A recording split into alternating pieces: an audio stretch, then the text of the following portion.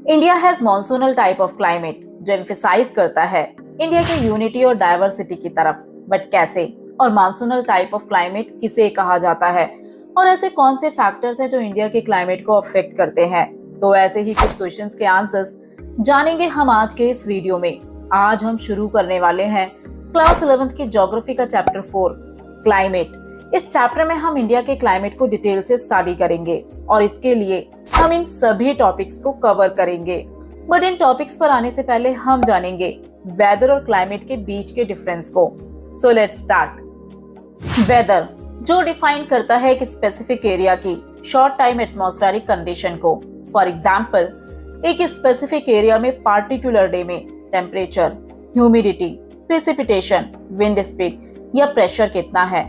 आपने कई बार ऑब्जर्व किया होगा कि जब आप सुबह उठते हो तब वेदर काफी प्लेजेंट था, ठंडी हवा चल रही थी। बट जैसे जैसे टाइम बढ़ता है तो टेम्परेचर भी बढ़ना शुरू हो जाता है और दोबारा शाम होते होते टेम्परेचर कम होने लगता है या इस दौरान कई बार तेज हवाएं चलने लगती हैं, रेनफॉल भी होने लगता है। इन शॉर्ट, क्या हम कह सकते हैं वेदर एक ही दिन में कई बार बदल सकता है या ये डे टू डे भी चेंज हो सकता है। मीन्स वेदर के ये सभी elements minute to minute, hour to hour, day to day या विद इन अ डे कितने बार भी चेंज हो सकते हैं। इसीलिए वेदर से हमारा मतलब है किसी स्पेसिफिक एरिया की शॉर्ट टाइम में एटमॉस्फेरिक कंडीशन से, जबकि क्लाइमेट डिस्क्राइब करता है लॉन्ग टाइम के लिए किसी भी एरिया की एवरेज वेदर कंडीशन को। मीन्स करीब 30 to 40 इयर्स के लिए किसी भी प्लेस की एवरेज वेदर कंडीशंस कैसी हैं, वहाँ गर्मी ज्यादा पड़ती है या ठंड ज्यादा पड़ती है, या एक लंबे समय से वहाँ की एवरेज वेदर कंडीशंस कैसी रही हैं। एग्जाम्पल के लिए जम्मू एंड कश्मीर, अगर यहाँ के एवरेज वेदर कंडीशंस की बात करें तो यहाँ का टेम्परेचर कम ही रहता है। इसीलिए हम कह सकते हैं कि जम्मू कश्मीर का क्लाइमेट कोल्ड है, जबकि राजस्थान की बात करें तो वहाँ का टेम्परेचर काफी ज्यादा रहता है। इसीलिए हम कह सकते हैं वहाँ का क्लाइमेट हॉट है। बट एक बात जो इम्पोर्टेंट है, अगर हम वेदर और क्लाइमेट के एलिमेंट्स की बात करें तो इन दोनों के एलिमेंट सेम ही है। अब वेदर और क्लाइमेट के बीच के डिफरेंस को जानने के बाद चलते हैं इंडिया के क्लाइमेट पर। अब अगर इंडिया के क्लाइमेट पर आए तो जैसा कि हमने कहा, India has monsoonal type of climate. Basically ये एक यूनिक कंडीशन है जो किसी और कंट्री में प्रिवेल नहीं करती है। But monsoon type of climate से हमारा क्या मतलब है? मॉनसून से हमारा मतलब है रिवर्सल ऑफ विंड। विंड जो ब्लो करती है एटलीस्ट 6 मंथ तक एक ही डायरेक्शन में, देन नेक्स्ट 6 मंथ तक विंड ब्लो करती है उसके अपोजिट डायरेक्शन में। जैसे कि इंडिया से विंड ब्लो करती है south west to north east direction में, जिसे साउथ वेस्ट मॉनसून कहा जाता है। ये मॉइस्चर लेडन विंड ब्लो करना शुरू करती है समर में अरेबियन सी और बे ऑफ बंगाल से। देन ये विंड विंटर में रिवर्स हो जाती है north east to south west direction में, और इसी विंड को कहा जाता है मॉनसून टाइप ऑफ क्लाइमेट। इस तरह का monsoonal type of climate prevail करता है साउथ और साउथ ईस्ट एशिया में। मॉनसून वर्ड बना है अरेबिक वर्ड मौसम से। अब मॉनसून को समझने के बाद जानते हैं unity and diversity in the monsoon climate. General terms में हम इंडिया के क्लाइमेट को डिफाइन करते हैं मॉनसून टाइप ऑफ क्लाइमेट में, जो एम्फेसाइज करता है यूनिटी की तरफ। बट अब जरा सोचिए, इंडिया के साउथ में पड़ने वाले स्टेट्स केरला और तमिलनाडु का क्लाइमेट इंडिया के नॉर्थ में पड़ने वाले स्टेट्स उत्तर प्रदेश और बिहार से काफी अलग है। मीन्स इंडिया के अलग अलग रीजन्स में वेदर और क्लाइमेट में वेरिएशन देखी जा सकती है। बट फिर भी कहा जाता है कि इन सब का climate monsoon type of climate है। बेसिकली ये शो करता है यूनिटी, जबकि इंडिया के रीजन टू रीजन में क्लाइमेट में होने वाला वेरिएशन शो करता है डाइवर्सिटी। इंडिया में इतनी ज्यादा रीजनल वेरिएशन डिपेंड करती है pattern of wind, temperature and rainfall, rhythm of seasons and degree of वेटनेस और ड्राइनेस पर, जिस वजह से इंडिया के क्लाइमेट में इतनी ज्यादा वेरिएशन देखने को मिलती है। अब इस रीजनल वेरिएशन को डिस्क्राइब किया जाता है सब टाइप्स ऑफ मॉनसून क्लाइमेट में। इंडिया के क्लाइमेट में होने वाला regional variation means pattern of wind, temperature और रेनफॉल में होने वाले चेंजेस को जरा डिटेल से देखते हैं। समर के टाइम पर वेस्टर्न राजस्थान का टेम्परेचर 55 डिग्री सेल्सियस तक पहुंच जाता है, जबकि उसी सेम टाइम पर लेह का टेम्परेचर -45 डिग्री सेल्सियस होता है। जून में राजस्थान के चूरू में टेम्परेचर रिकॉर्ड किया गया है 50 डिग्री सेल्सियस। उसी सेम टाइम पर अरुणाचल प्रदेश के तवांग में टेम्परेचर रिकॉर्ड किया गया है 19 डिग्री सेल्सियस। अब अगर एक और एग्जांपल लें, दिसंबर की नाइट में जम्मू एंड कश्मीर के द्रास में टेम्परेचर ड्रॉप हो जाता है -45 डिग्री सेल्सियस, जबकि उसी सेम टाइम पर दिसंबर की नाइट में तिरुवनंतपुरम और चेन्नई में टेम्परेचर रिकॉर्ड किया गया है 20 और 22 डिग्री सेल्सियस। इन एग्जाम्पल से पता चलता है कि इंडिया में place to place, region to region seasonal variation देखी जा सकती है। अब ये सीजनल वेरिएशन थी रीजन टू रीजन, बट अगर हम केवल एक सिंगल प्लेस की ही बात करें, मीन्स अगर पार्टिकुलर जगह के टेम्परेचर को रिकॉर्ड करें तो उसमें भी वेरिएशन देखने को मिलती है। For example Kerala and Andaman and Nicobar, इन दोनों के दिन और रात के टेम्परेचर में हार्डली 7 to 8 डिग्री का डिफरेंस आता होगा। बट अगर बात करें थार डेजर्ट की, तो यहाँ के डे का टेम्परेचर 50 डिग्री सेल्सियस तक बढ़ जाता है, जबकि रात में टेम्परेचर 50 to 20 डिग्री सेल्सियस तक गिर जाता है। और ऐसा होने का रीजन है सैंड। सन की लाइट में जितनी जल्दी सैंड गर्म होता है, रात होने पर टेम्परेचर कम होने पर वो उतनी ही जल्दी ठंडा भी हो जाता है। तो ये तो बात हुई टेम्परेचर की। यही वेरिएशन हमें प्रेसिपिटेशन में भी देखने को मिलता है। प्रेसिपिटेशन से हमारा मतलब है एटमॉस्फेयर में प्रेजेंट मॉइस्चर का अर्थ पर आना। अब ये किसी भी फॉर्म में हो सकता है, snow, hello, slit and rainfall. जहां हमें हिमालयस में स्नोफॉल देखने को मिलता है, वहीं रेस्ट ऑफ द कंट्री में देखने को मिलता है रेनफॉल। अब ये वेरिएशन केवल प्रेसिपिटेशन में नहीं, बल्कि अमाउंट ऑफ प्रेसिपिटेशन में भी देखने को मिलता है। एग्जाम्पल के लिए मेघालय के खासी हिल्स में लाया करने वाले चेरापूंजी एंड मासिनराम रिसीव करता है वर्ल्ड का हाईएस्ट रेनफॉल ओवर 1080 सेंटीमीटर इन ईयर। वहीं राजस्थान के जैसलमेर रेयरली रिसीव करता है more than 9 centimetre rainfall same time पर। बट क्वेश्चन ये भी है कि आखिर ये रीजन इतना ज्यादा रेनफॉल क्यों रिसीव करता है? तो इसके लिए रिस्पॉन्सिबल है funnel effect. But what is funnel effect? इसके बारे में हम आगे इस चैप्टर में डिटेल से जानेंगे। इसके अलावा मेघालय के गारो हिल्स में सिचुएटेड तुरा में होने वाला रेनफॉल जैसलमेर में 10 सालों में होने वाले रेनफॉल के बराबर है, जहां नॉर्थ वेस्ट हिमालयाज में होने वाला एनुअल प्रेसिपिटेशन 10 सेंटीमीटर से भी कम है। वहीं मेघालय में होने वाला एनुअल प्रेसिपिटेशन 400 सेंटीमीटर से भी ज्यादा है। अब अगर और आगे चले तो गंगा डेल्टा और उड़ीसा के कोस्टल प्लेन्स को एवरी जुलाई एंड अगस्त के 3rd और 5th डे में हिट करता है रेन बियरिंग स्टॉर्म, और इन्हीं मंथ्स में कोरोमंडल कोस्ट ड्राई रहता है। हमारे मोस्ट ऑफ द कंट्री के पार्ट में रेनफॉल होता है जून टू सितंबर के दौरान, बट तमिलनाडु के कोस्टल एरियाज में रेनफॉल होता है विंटर सीजन में। ऐसा क्यों? तो इसके लिए रिस्पॉन्सिबल है विंड, जो ब्लो करती है north east to south west direction में, मेनली जिसे हमने कहा था रिवर्सल ऑफ विंड। जब ये विंड नॉर्थ ईस्ट डायरेक्शन से ब्लो होना शुरू करती है, तब इस विंड में मॉइस्चर की कमी होती है, इसीलिए बहुत से रीजन में बारिश नहीं होती है। बट जब ये विंड बे ऑफ बंगाल पहुंचती है, तब ये बे ऑफ बंगाल से मॉइस्चर लेकर साउथ वेस्ट डायरेक्शन की तरफ ब्लो करना शुरू करती है, और अपने इसी मॉइस्चर को ये विंड शेड करती है तमिलनाडु के कोस्ट पर। तो देखा आपने इंडिया के क्लाइमेट में कितनी ज्यादा डिफरेंसेस या वेरिएशन देखी जा सकती है। बट इतनी ज्यादा वेरिएशन होने के बावजूद इंडिया के क्लाइमेट का कैरेक्टर मॉनसूनल है। तो ये था हमारा topic unity and diversity in the monsoon climate.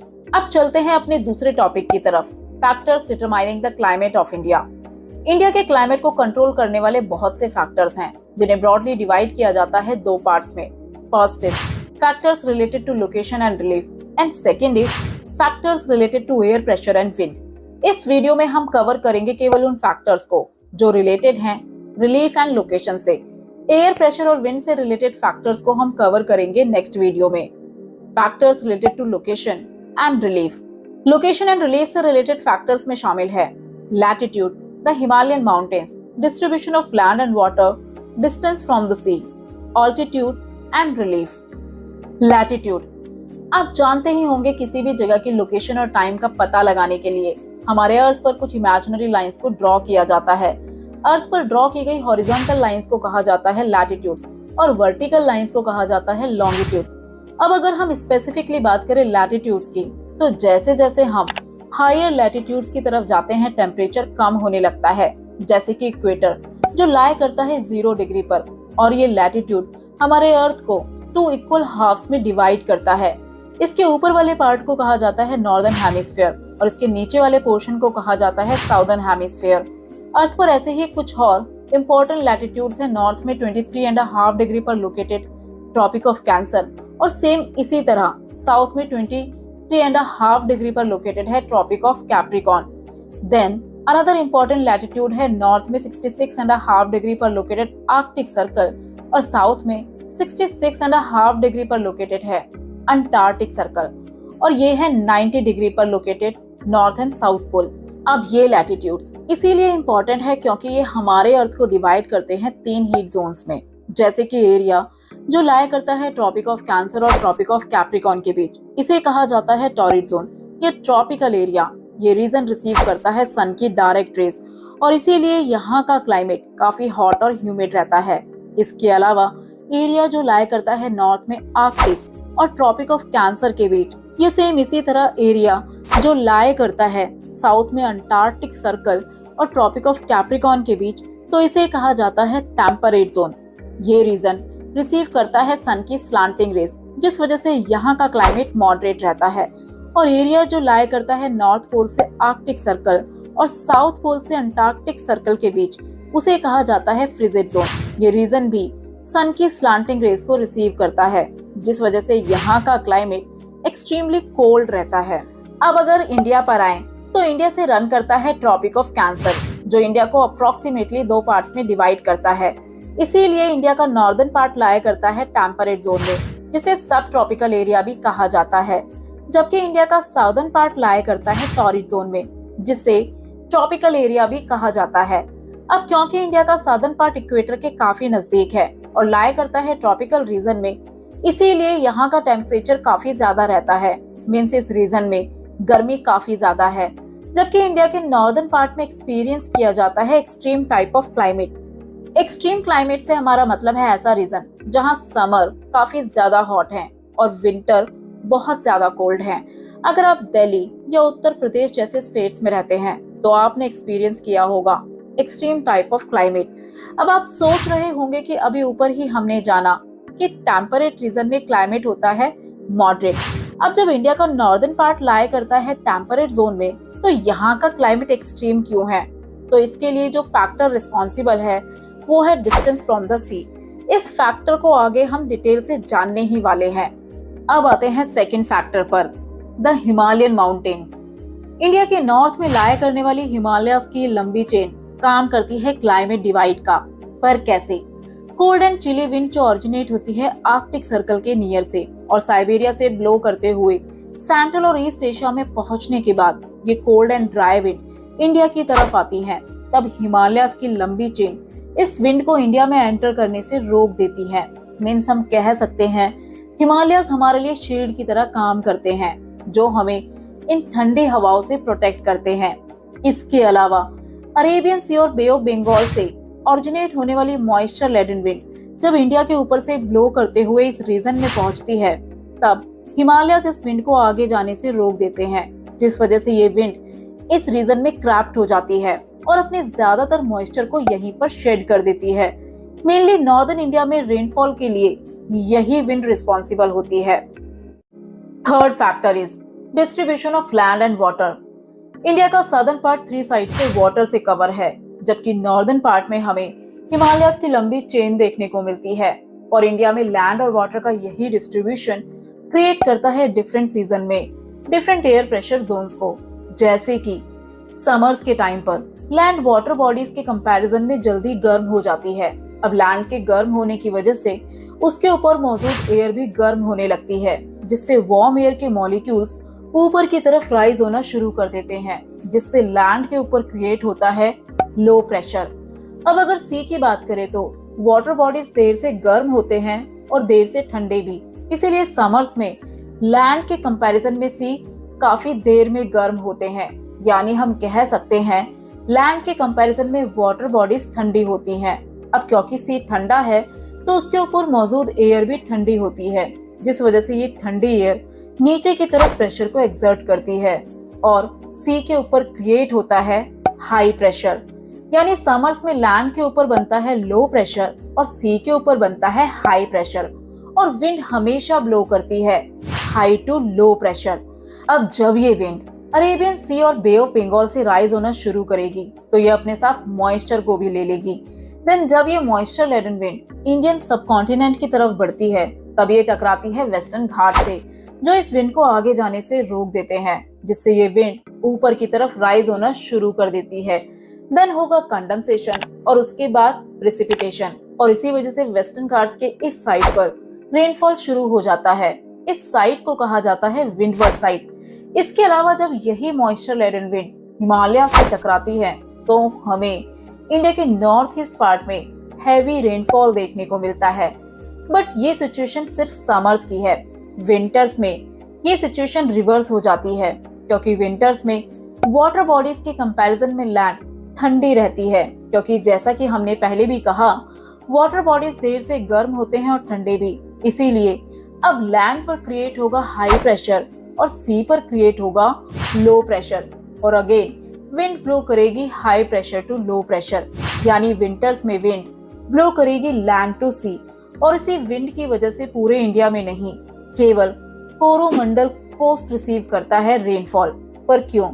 तो इसके बारे में हम पहले भी जान चुके हैं कि विंड जो समर्स में अरेबियन सी और बे ऑफ बंगाल से राइज होती है तो ये विंड राइज होती है वाटर बॉडीज के ऊपर से, इसीलिए इस विंड में मॉइस्चर होता है, जिससे हमें इंडिया में रेनफॉल देखने को मिलता है। बट जब विंटर्स में विंड का रिवर्सल होता है तब ये विंड ब्लो करती है लैंड के ऊपर से, जिस वजह से इस विंड में मॉइस्चर की कमी होती है और इसीलिए ये रेनफॉल लेकर नहीं आती है। बट बे ऑफ बंगाल से ब्लो करते समय ये विंड अपने अंदर मॉइस्चर को अब्सॉर्ब कर लेती है, और इसी वजह से ये एंटायर इंडिया में नहीं, केवल इस रीजन के कुछ एरिया जैसे कि कोरोमंडल कोस्ट पर रेनफॉल का रीजन बनती है। तो देखा आपने लैंड और सी का डिफरेंशियल हीटिंग डिफरेंट सीजन में किस तरह डिफरेंट एयर प्रेशर जोन्स को क्रिएट करता है, जिससे मॉनसून विंड का अराइवल भी होता है और रिवर्सल भी। इसीलिए आपकी बुक में कहा गया है this differential heating of land and sea creates different air pressure zones in different seasons in and around the Indian subcontinent. Difference in air pressure cause reversal in the direction of monsoon wind. अब आते हैं fourth factor पर, जो है distance from the सी। अभी ऊपर ही हमने जाना हाई और लो प्रेशर के बारे में। कोस्टल एरियाज मेनली एक्सपीरियंस करते हैं इक्वेबल क्लाइमेट, तो इसका रीजन है डे टाइम पर लैंड जल्दी गर्म हो जाती है, जिससे वार्म एयर ऊपर की तरफ राइज होना शुरू कर देती है, जिससे क्रिएट होता है लो प्रेशर। जबकि सी में लैंड के कंपैरिजन में एयर ठंडी होती है, इसीलिए वाटर बॉडीज के ऊपर बनता है हाई प्रेशर। अब हम जान चुके हैं विंड फ्लो करती है high to low pressure. Day के टाइम पर विंड का सी से लैंड की तरफ चलना कहलाता है सी ब्रीज। सी से लैंड की तरफ चलने वाली ये ठंडी हवा कोस्टल एरियाज के टेम्परेचर को प्लीजेंट कर देती है। बट रात के समय ये सिचुएशन रिवर्स हो जाती है। अब लैंड जितनी जल्दी गर्म होती है उतनी जल्दी ठंडी भी, जबकि वाटर बॉडीज फॉर्म होने में टाइम लगाती हैं और ठंडा होने में भी। इसीलिए नाइट में सी के ऊपर बनता है लो प्रेशर और लैंड पर बनता है हाई प्रेशर। इस बार विंड ब्लो करेगी लैंड टू सी और इसे कहा जाता है लैंड ब्रीज। अब हम जानते हैं कि इंडिया की कोस्ट लाइन काफी लंबी है। मेनली इन कोस्टल एरियाज में एक्सपीरियंस किया जाता है इक्वेबल क्लाइमेट, क्योंकि डे और नाइट में चलने वाली सी और लैंड ब्रीज कोस्टल एरियाज के टेम्परेचर को इक्वेबल बनाती है। इसीलिए मुंबई और कोंकण कोस्ट का टेम्परेचर मॉडरेट रहता है। मींस इन एरियाज में ना तो ज्यादा ठंड है और ना ही ज्यादा गर्मी। बट जैसे जैसे हम कोस्टल एरियाज से दूर जाते हैं तो हम एक्सपीरियंस करते हैं एक्सट्रीम क्लाइमेट। मींस समर में बहुत ज्यादा हॉट और विंटर्स में बहुत ज्यादा कोल्ड, और इस इफेक्ट को कहा जाता है कॉन्टिनेंटैलिटी। हमने जाना था कि नॉर्दर्न इंडिया में एक्सपीरियंस किया जाता है एक्सट्रीम क्लाइमेट, जबकि ये रीजन लाया करता है टेम्परेट जोन में, जहां क्लाइमेट मॉडरेट होना चाहिए था। तो ऐसा इसलिए है क्योंकि इंडिया का ये पार्ट सी से काफी ज्यादा दूर है, जिस वजह से सी यहाँ पर अपना इन्फ्लुएंस नहीं डाल पाता है। मीन्स जैसे जैसे हम वाटर बॉडीज से दूर जाते हैं तो वहाँ एक्सपीरियंस किया जाता है extreme climate. Example Delhi, Kanpur and Amritsar, जहाँ समर्स में टेम्परेचर बहुत ज्यादा और विंटर्स में बहुत कम रहता है। इंडिया के क्लाइमेट को अफेक्ट करने वाला फिफ्थ फैक्टर है ऑल्टीट्यूड। हम जानते हैं हाइट बढ़ने के साथ साथ टेम्परेचर डिक्रीज होता है।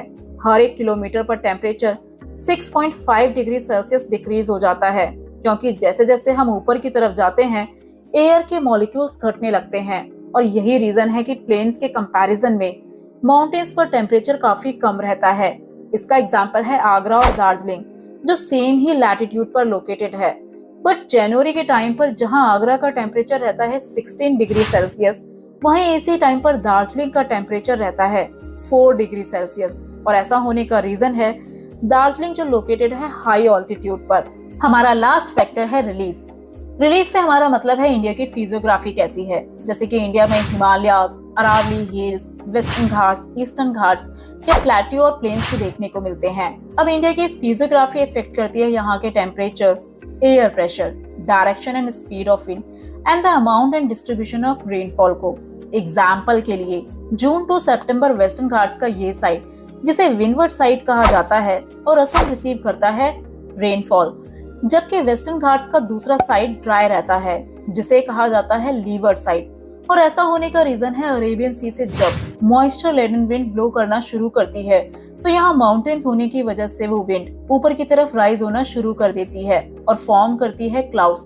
मींस यहाँ शुरू होगा process of condensation, then precipitation. Western Ghats के वेस्टर्न साइड पर रेनफॉल होता है। अब मॉइस्चर शेड कर देने के बाद ये विंड आगे बढ़ती है और ये स्लोप के दूसरे साइड पर पहुंचने के बाद नीचे की तरफ जाना शुरू कर देती है। बेसिकली इस साइड को कहा जाता है लीवर्ड साइड, जहां हमें रेनफॉल देखने को नहीं मिलता है। नीचे जाने के बाद ये ठंडी हवा गर्म होने लगती है, जिससे रीजन ड्राई होता है। सेम इसी तरह मॉइस्चर लेडन विंड जो बे ऑफ बंगाल से ब्लो करते हुए हिमालय से टकराती है, जिस वजह से इंडिया का नॉर्थ ईस्ट रीजन रिसीव करता है हाईएस्ट रेनफॉल। यानी हम कह सकते हैं कि हमारे कंट्री के रिलीफ फीचर्स भी इंडियन क्लाइमेट को अफेक्ट करते हैं। इंडिया में प्रिवेल करता है मॉनसूनल टाइप ऑफ क्लाइमेट, और फैक्टर्स जो इंडिया के क्लाइमेट को इन्फ्लुएंस करते हैं उन्हें ब्रॉडली डिवाइड किया जाता है दो पार्ट्स में। पहले फैक्टर्स रिलेटेड है लोकेशन एंड रिलीफ से, जिसमें शामिल है ये सभी फैक्टर्स, और दूसरे फैक्टर्स रिलेटेड है एयर प्रेशर एंड विंड से। मॉनसूनल टाइप ऑफ क्लाइमेट किसे कहा जाता है, और इन सभी फैक्टर्स को हम लास्ट वीडियो में डिटेल से जान चुके हैं। इस वीडियो में हम जानेंगे फैक्टर्स जो रिलेटेड हैं एयर प्रेशर एंड विंड से, जिसमें इंडिया के क्लाइमेट को इन्फ्लुएंस करने वाला मोस्ट इम्पोर्टेंट फैक्टर है ITC-Z। इसके साथ साथ हम जानेंगे इंडियन मानसून के नेचर के बारे में, factors related to air pressure and wind. India के लोकल क्लाइमेट में होने वाले डिफरेंस को समझने के लिए जरूरी है उस मैकेनिज्म को समझना जिसमें शामिल है ये तीन factors. First is distribution of air pressure and winds on the surface of the earth. Second, upper air circulation and jet streams. Third is western disturbance. पहले जानते हैं distribution of air pressure and winds on the surface of the earth के बारे में। हमारी अर्थ के surface पर सन की रेज अनइवन पड़ती है, जिस वजह से हमें टेम्परेचर में डिफरेंस देखने को मिलता है, और यही अनइवन हीटिंग क्रिएट करता है four major pressure belt. First is equatorial low pressure belt, जो लाया करती है 5 degree north to 5 degree south में। हम जानते हैं कि इक्वेटर पर सन की डायरेक्ट रेज पड़ती है, जिससे यहाँ एयर गर्म होकर ऊपर की तरफ राइज होना शुरू कर देती है, जिससे यहाँ क्रिएट होता है लो प्रेशर जोन। इसे ITC-Z के नाम से भी जाना जाता है। ITC-Z के बारे में हम आगे डिटेल से जानेंगे। सेकेंड इज सब ट्रॉपिकल हाई प्रेशर बेल्ट, जो लाया करती है 30 डिग्री नॉर्थ और 30 डिग्री साउथ के आसपास। इक्वेटर से वार्म एयर जब ऊपर की तरफ राइज होती है, अब ये एयर 10 to 15 किलोमीटर तक पहुंचने के बाद वो ठंडी होकर सब ट्रॉपिकल रीजन में नीचे की तरफ सबसाइड करने लगती है, जिससे यहाँ क्रिएट होता है हाई प्रेशर रीजन। अब इस हाई प्रेशर बेल्ट पर जब एयर सिंक होने लगती है, तो वो अगेन डिवाइड हो जाती है दो ब्रांचेस में। एयर की एक ब्रांच मूव करती है पोल्स की तरफ और दूसरी इक्वेटर की तरफ। पर क्यों? तो हम जानते हैं एयर हमेशा ब्लो करती है high to low pressure area, और इक्वेटर की तरफ ब्लो होने वाली इसी विंड को कहा जाता है ट्रेड विंड। अब क्योंकि हमारी अर्थ रोटेट करती है वेस्ट टू ईस्ट डायरेक्शन में, और इस रोटेशन की वजह से हमारे अर्थ पर लगता है कोरियोलिस फोर्स। इस फोर्स की वजह से सब ट्रॉपिकल से चलने वाली ये विंड स्ट्रेट न जाते हुए डिफ्लेक्ट हो जाती है, जिससे वो नॉर्दर्न हेमिस्फीयर में ब्लो करती है north east to south west direction की तरफ, और साउदर्न हेमिस्फीयर में ये विंड ब्लो करती है south east to north west direction की तरफ। बट हमें इन ट्रेड विंड्स के बारे में क्यों जानना है? तो वो इसलिए क्योंकि ट्रेड विंड इन्फ्लुएंस करती है हमारे इंडियन क्लाइमेट को। पर कैसे, तो इसे हम आगे डिटेल से जानेंगे। नेक्स्ट इज सब पोलर लो प्रेशर बेल्ट, जो लाई करती है 60 डिग्री नॉर्थ और 60 डिग्री साउथ में। यहाँ पोलर रीजन से आने वाली विंड और सब ट्रॉपिकल रीजन से ब्लो होने वाली विंड कन्वर्ज हो जाती है, और कन्वर्ज होने के बाद ये एयर ऊपर की तरफ राइज होने लगती है, जिससे यहाँ क्रिएट होता है लो प्रेशर। अब हम जानते हैं विंड हमेशा ब्लो करती है high to low pressure area की तरफ, इसीलिए सब ट्रॉपिकल बेल्ट से सब पोलर लो प्रेशर बेल्ट की तरफ विंड ब्लो करना शुरू करती है, जिसे कहा जाता है वेस्टर्लीज।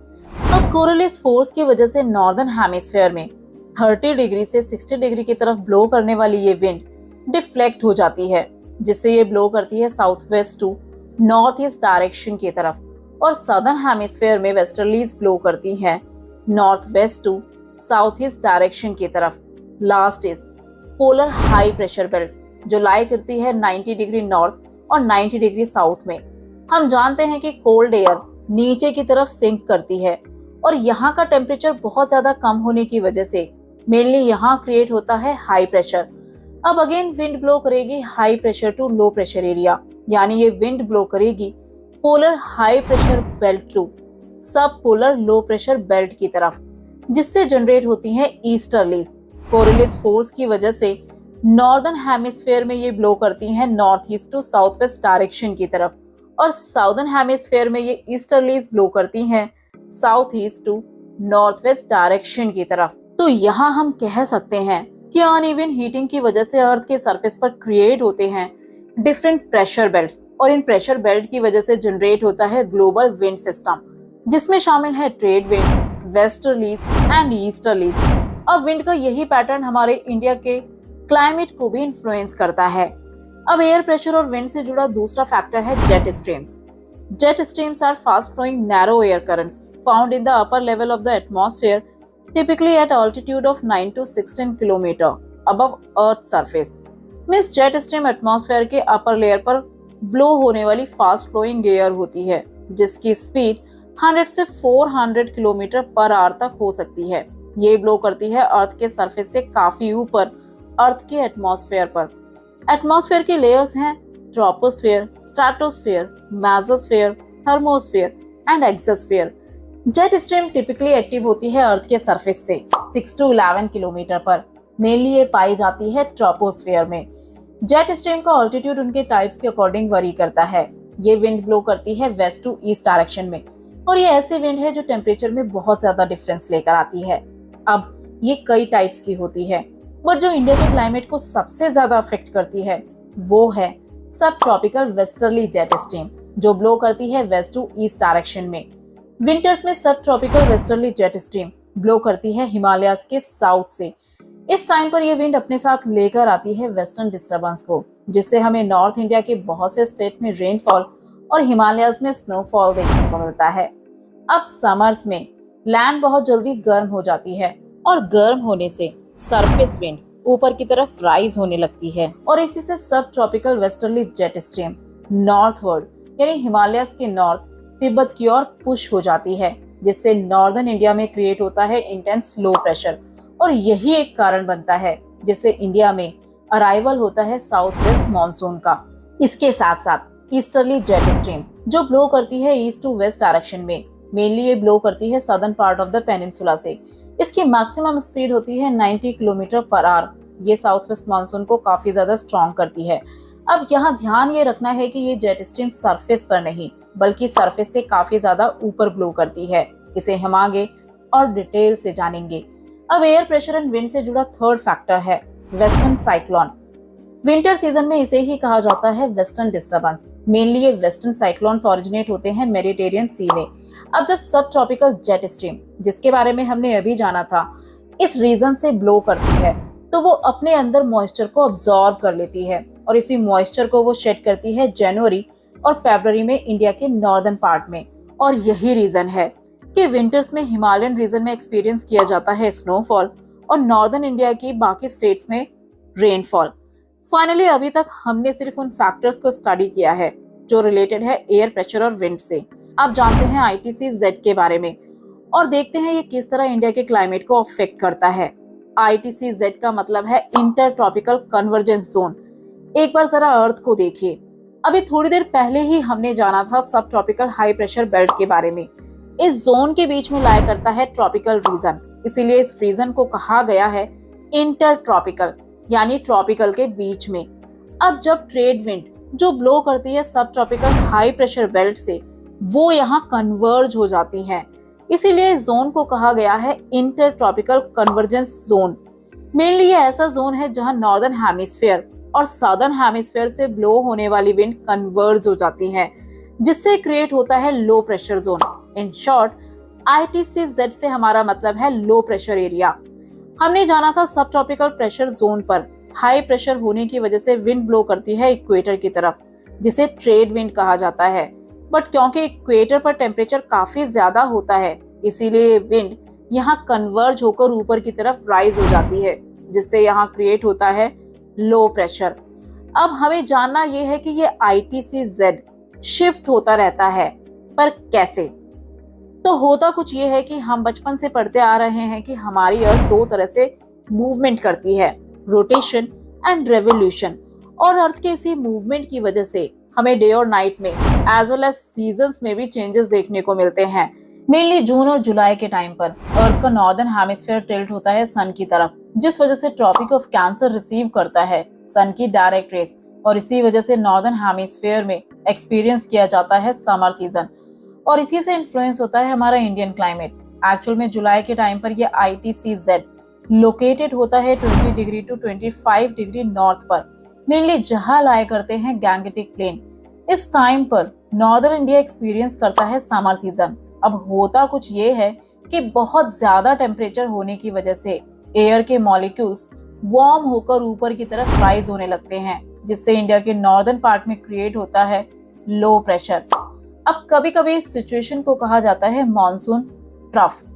इस ITCZ के शिफ्ट होने की वजह से ट्रेड विंड जो ब्लो करती हैं साउदर्न हेमिस्फीयर में, वो इक्वेटर को क्रॉस कर कोरियोलिस फोर्स के इफेक्ट की वजह से ब्लो करना शुरू करती हैं south west to north east direction की तरफ। मेनली ये वही विंड है जो इंडिया में मॉनसून का कारण बनती हैं, जो ब्लो करती हैं अरेबियन सी और बे ऑफ बंगाल से लैंड की तरफ, और इसे ही कहा जाता है साउथ वेस्ट मॉनसून।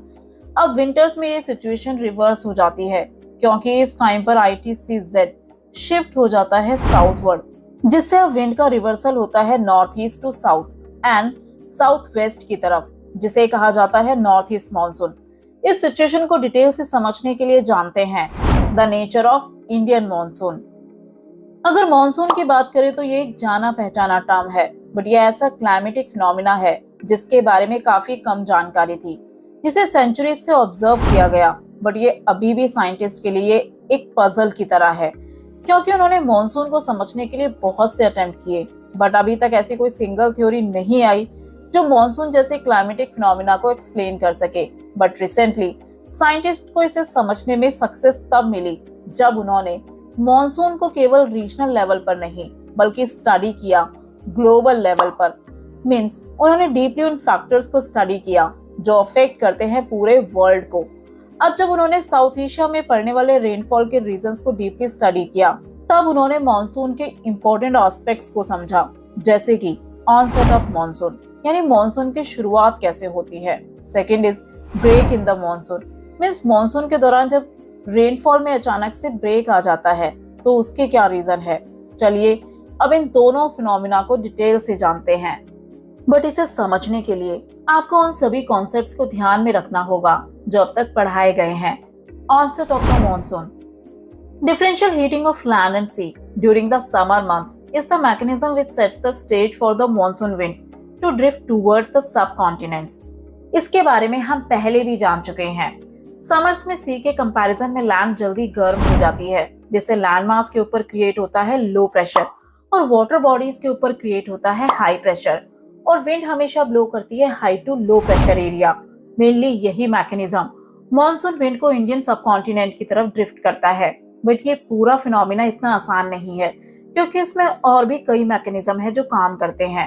जैसे कि अप्रैल और मई के दौरान सन की rays vertically tropic of cancer पर पड़ती है, और हम जानते हैं कि हमारे इंडिया से पास होती है ट्रॉपिक ऑफ कैंसर, जिस वजह से इंडियन ओशन के नॉर्थ में लाई करने वाला लार्ज लैंडमास काफी ज्यादा गर्म हो जाता है। इवन इस टाइम पर हिमालयस के नॉर्थ में पड़ने वाला तिब्बतन प्लेट्यू भी बहुत ज्यादा गर्म हो जाता है। इस हीटिंग की वजह से सब कॉन्टिनेंट के नॉर्थ वेस्टर्न पार्ट में क्रिएट होता है intense low pressure. Then low pressure cell attracts the south east trade across the equator. यहाँ ध्यान दीजिए, हमने कहा south east trade wind. Mainly जब लैंडमास पर क्रिएट होता है इंटेंस लो प्रेशर, तब ये लो प्रेशर सेल इक्वेटर की तरफ से साउथ ईस्ट ट्रेड विंड को अपनी ओर खींच लेते हैं। बट कैसे? हमने थोड़ी देर पहले जाना था ITCZ के बारे में। अब समर्स के टाइम पर ये ITCZ शिफ्ट हो जाता है नॉर्दर्न प्लेन्स पर, क्योंकि इस टाइम पर ट्रॉपिक ऑफ कैंसर पर सन की वर्टिकल रेज पड़ती हैं। अब जब ये ITCZ शिफ्ट होता है तो इसके साथ साथ पूरा प्रेशर बेल्ट भी शिफ्ट हो जाता है। अब याद कीजिए, हमने प्रेशर बेल्ट में जाना था कि सब ट्रॉपिकल हाई प्रेशर बेल्ट से विंड ब्लो करती है इक्वेटर की तरफ। इस विंड को कहा जाता है ट्रेड विंड। ये नॉर्थ ईस्ट और साउथ ईस्ट ट्रेड विंड जब कन्वर्ज होकर ऊपर की तरफ राइज होने लगती है तो इसी से क्रिएट होता है लो प्रेशर जोन। अब यही south east trade wind equator को क्रॉस कर डिफ्लेक्ट हो जाती है इंडियन सब कॉन्टिनेंट की तरफ। बट क्यों? तो लैंडमास के कंपैरिजन में वाटर बॉडीज पर क्रिएट होता है हाई प्रेशर और इस टाइम पर लैंडमास पर क्रिएट होता है इंटेंस लो प्रेशर। अब हाई प्रेशर विंड फ्लो करती है लो प्रेशर एरिया की तरफ, मेनली जहां क्रिएट होता है इंटेंस लो प्रेशर। ये विंड उसी तरफ अट्रैक्ट हो जाती है। इसीलिए आपकी बुक में कहा गया है the low pressure cell attracts the south east trades across the equator. अब इसी विंड को बाद में कहा जाता है साउथ वेस्ट मानसून, क्योंकि इंडिया में ये विंड एंटर करती है इस डायरेक्शन में, जो कहलाती है south waste monsoonal wind. The south west monsoon में thus be seen as continuation of the southeast trade deflected towards the Indian subcontinent after crossing the equator. These winds cross the equator between 40° east and 60° east longitude. Means Indian subcontinent में south west monsoon का arrival होता है इसी south east trade wind के equator को cross कर India की तरफ डिफ्लेक्ट होने से ये विंड इक्वेटर को क्रॉस करती है 40° ईस्ट एंड 60° लॉन्गिट्यूड पर। अब आगे चले तो the shift of the position of ITCZ is also related to the phenomena of the withdrawal of the westerly jet stream from its position over the North Indian plate south of the Himalayas. Means इस ITCZ के shift होने से सब tropical westerly jet stream का भी withdrawal होता है। हमने जेट स्ट्रीम में जाना था सब ट्रॉपिकल वेस्टर्ली जेट स्ट्रीम के बारे में, जो विंटर्स के टाइम पर ब्लो करती है इंडिया के नॉर्दर्न प्लेन्स पर, मेनली हिमालयस के साउथ में। बट समर्स के टाइम पर ITCZ शिफ्ट हो जाता है ट्रॉपिक ऑफ कैंसर पर, जिससे इंडिया के नॉर्थ में टेम्परेचर बढ़ने लगता है। अब जैसे जैसे टेम्परेचर इंक्रीज होता है, सरफेस पर ब्लो होने वाली विंड वार्म होकर ऊपर की तरफ राइज होने लगती है और यही surface wind westerly jet stream को ऊपर की तरफ पुश करने लगती है, क्योंकि याद कीजिए जेट स्ट्रीम अर्थ के सरफेस से काफी ज्यादा ऊपर ब्लो करती है और जब सरफेस विंड इस जेट स्ट्रीम को पुश करती है तब ये वेस्टर्ली जेट स्ट्रीम समर्स में पुश हो जाती है हिमालयस के नॉर्थ में। अब वेस्टर्ली जेट स्ट्रीम के विड्रॉल होने के बाद 15° नॉर्थ के आसपास एंट्री होती है ईस्टर्ली जेट स्ट्रीम की। ये ईस्टर्ली जेट स्ट्रीम ब्लो करती है ईस्ट टू वेस्ट डायरेक्शन की तरफ अप्रोक्सीमेटली 90 किलोमीटर प्रति आवर की स्पीड से। अब ये अपर एयर सर्कुलेटरी विंड है जो ब्लो करती है इंडियन ओशियन या इंडियन पेनिनसुला से। मेनली ये विंड ओशन में क्रिएट होने वाले हाई प्रेशर को और ज्यादा इंटेंसिफाई कर देती है, जिससे surface wind high to low pressure की तरफ ब्लो होने लगती है, जिससे इंडियन मॉनसून का बर्स्ट होता है। अब आगे बात करते हैं entry of monsoon into India. ये साउथ वेस्ट मॉनसून सबसे पहले एंट्री करता है केरला में। 1 जून को ये विंड एंटर करती है केरला में और बहुत तेजी से आगे बढ़ते हुए 10 एंड 13 जून के बीच ये मॉनसूनल विंड पहुंचती है मुंबई और कोलकाता में। मेनली इस मॉनसूनल विंड की एक ब्रांच ब्लो करती है अरेबियन सी से और दूसरी बे ऑफ बंगाल से। मिड जुलाई आते आते साउथ वेस्ट मॉनसून पूरे इंडियन सब कॉन्टिनेंट को कवर कर लेता है। अब ऑनसेट ऑफ मॉनसून के बाद जानते हैं ब्रेक इन द मॉनसून के बारे में। मीन्स कई बार आपने नोटिस किया होगा कि कंटिन्यू रेनफॉल होने के बाद कुछ टाइम के लिए रेनफॉल में 1 या 2 वीक या इससे ज्यादा टाइम के लिए ब्रेक आ जाता है और इसी को ब्रेक इन द मॉनसून कहा जाता है। इसे ड्राई स्पेल्स भी कहा जाता है, मीन्स रेनफॉल में ब्रेक आ जाना। रेनफॉल के सीजन में ऐसा होना काफी कॉमन है और ऐसा होने के डिफरेंट रीजन में अलग अलग कारण हो सकते हैं, जैसे कि in northern India rains are likely to fail if the rain bearing storms are not very frequent along the monsoon trough or the ITCZ over this region। Means northern India में ड्राई स्पेल्स क्यों आते हैं? तो इसका reason है rain bearing storm, means south west monsoonal wind का frequent ना होना। हम जानते हैं कि समर्स में ITCZ लोकेटेड होता है ट्रॉपिक ऑफ कैंसर पर, यानी इंडिया के नॉर्थ में।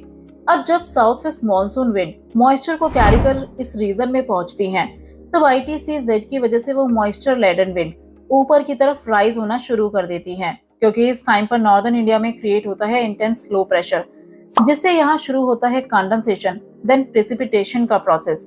अब लगातार प्रेसिपिटेशन के लिए जरूरी है इस मॉइस्चर लेडन विंड का लगातार इस रीजन की तरफ ब्लो करना।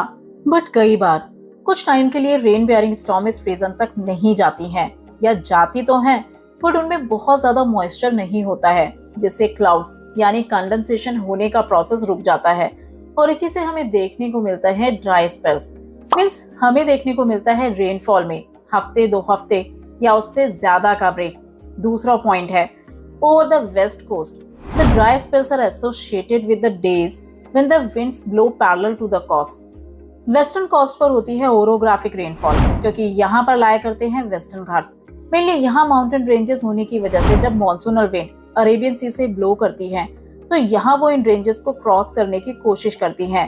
देन इन रेंजेस की वजह से मॉइस्चर लेडन विंड ऊपर की तरफ राइज होना शुरू कर देती हैं, और ऐसा होने के बाद यहाँ होता है कंडेंसेशन देन प्रेसिपिटेशन।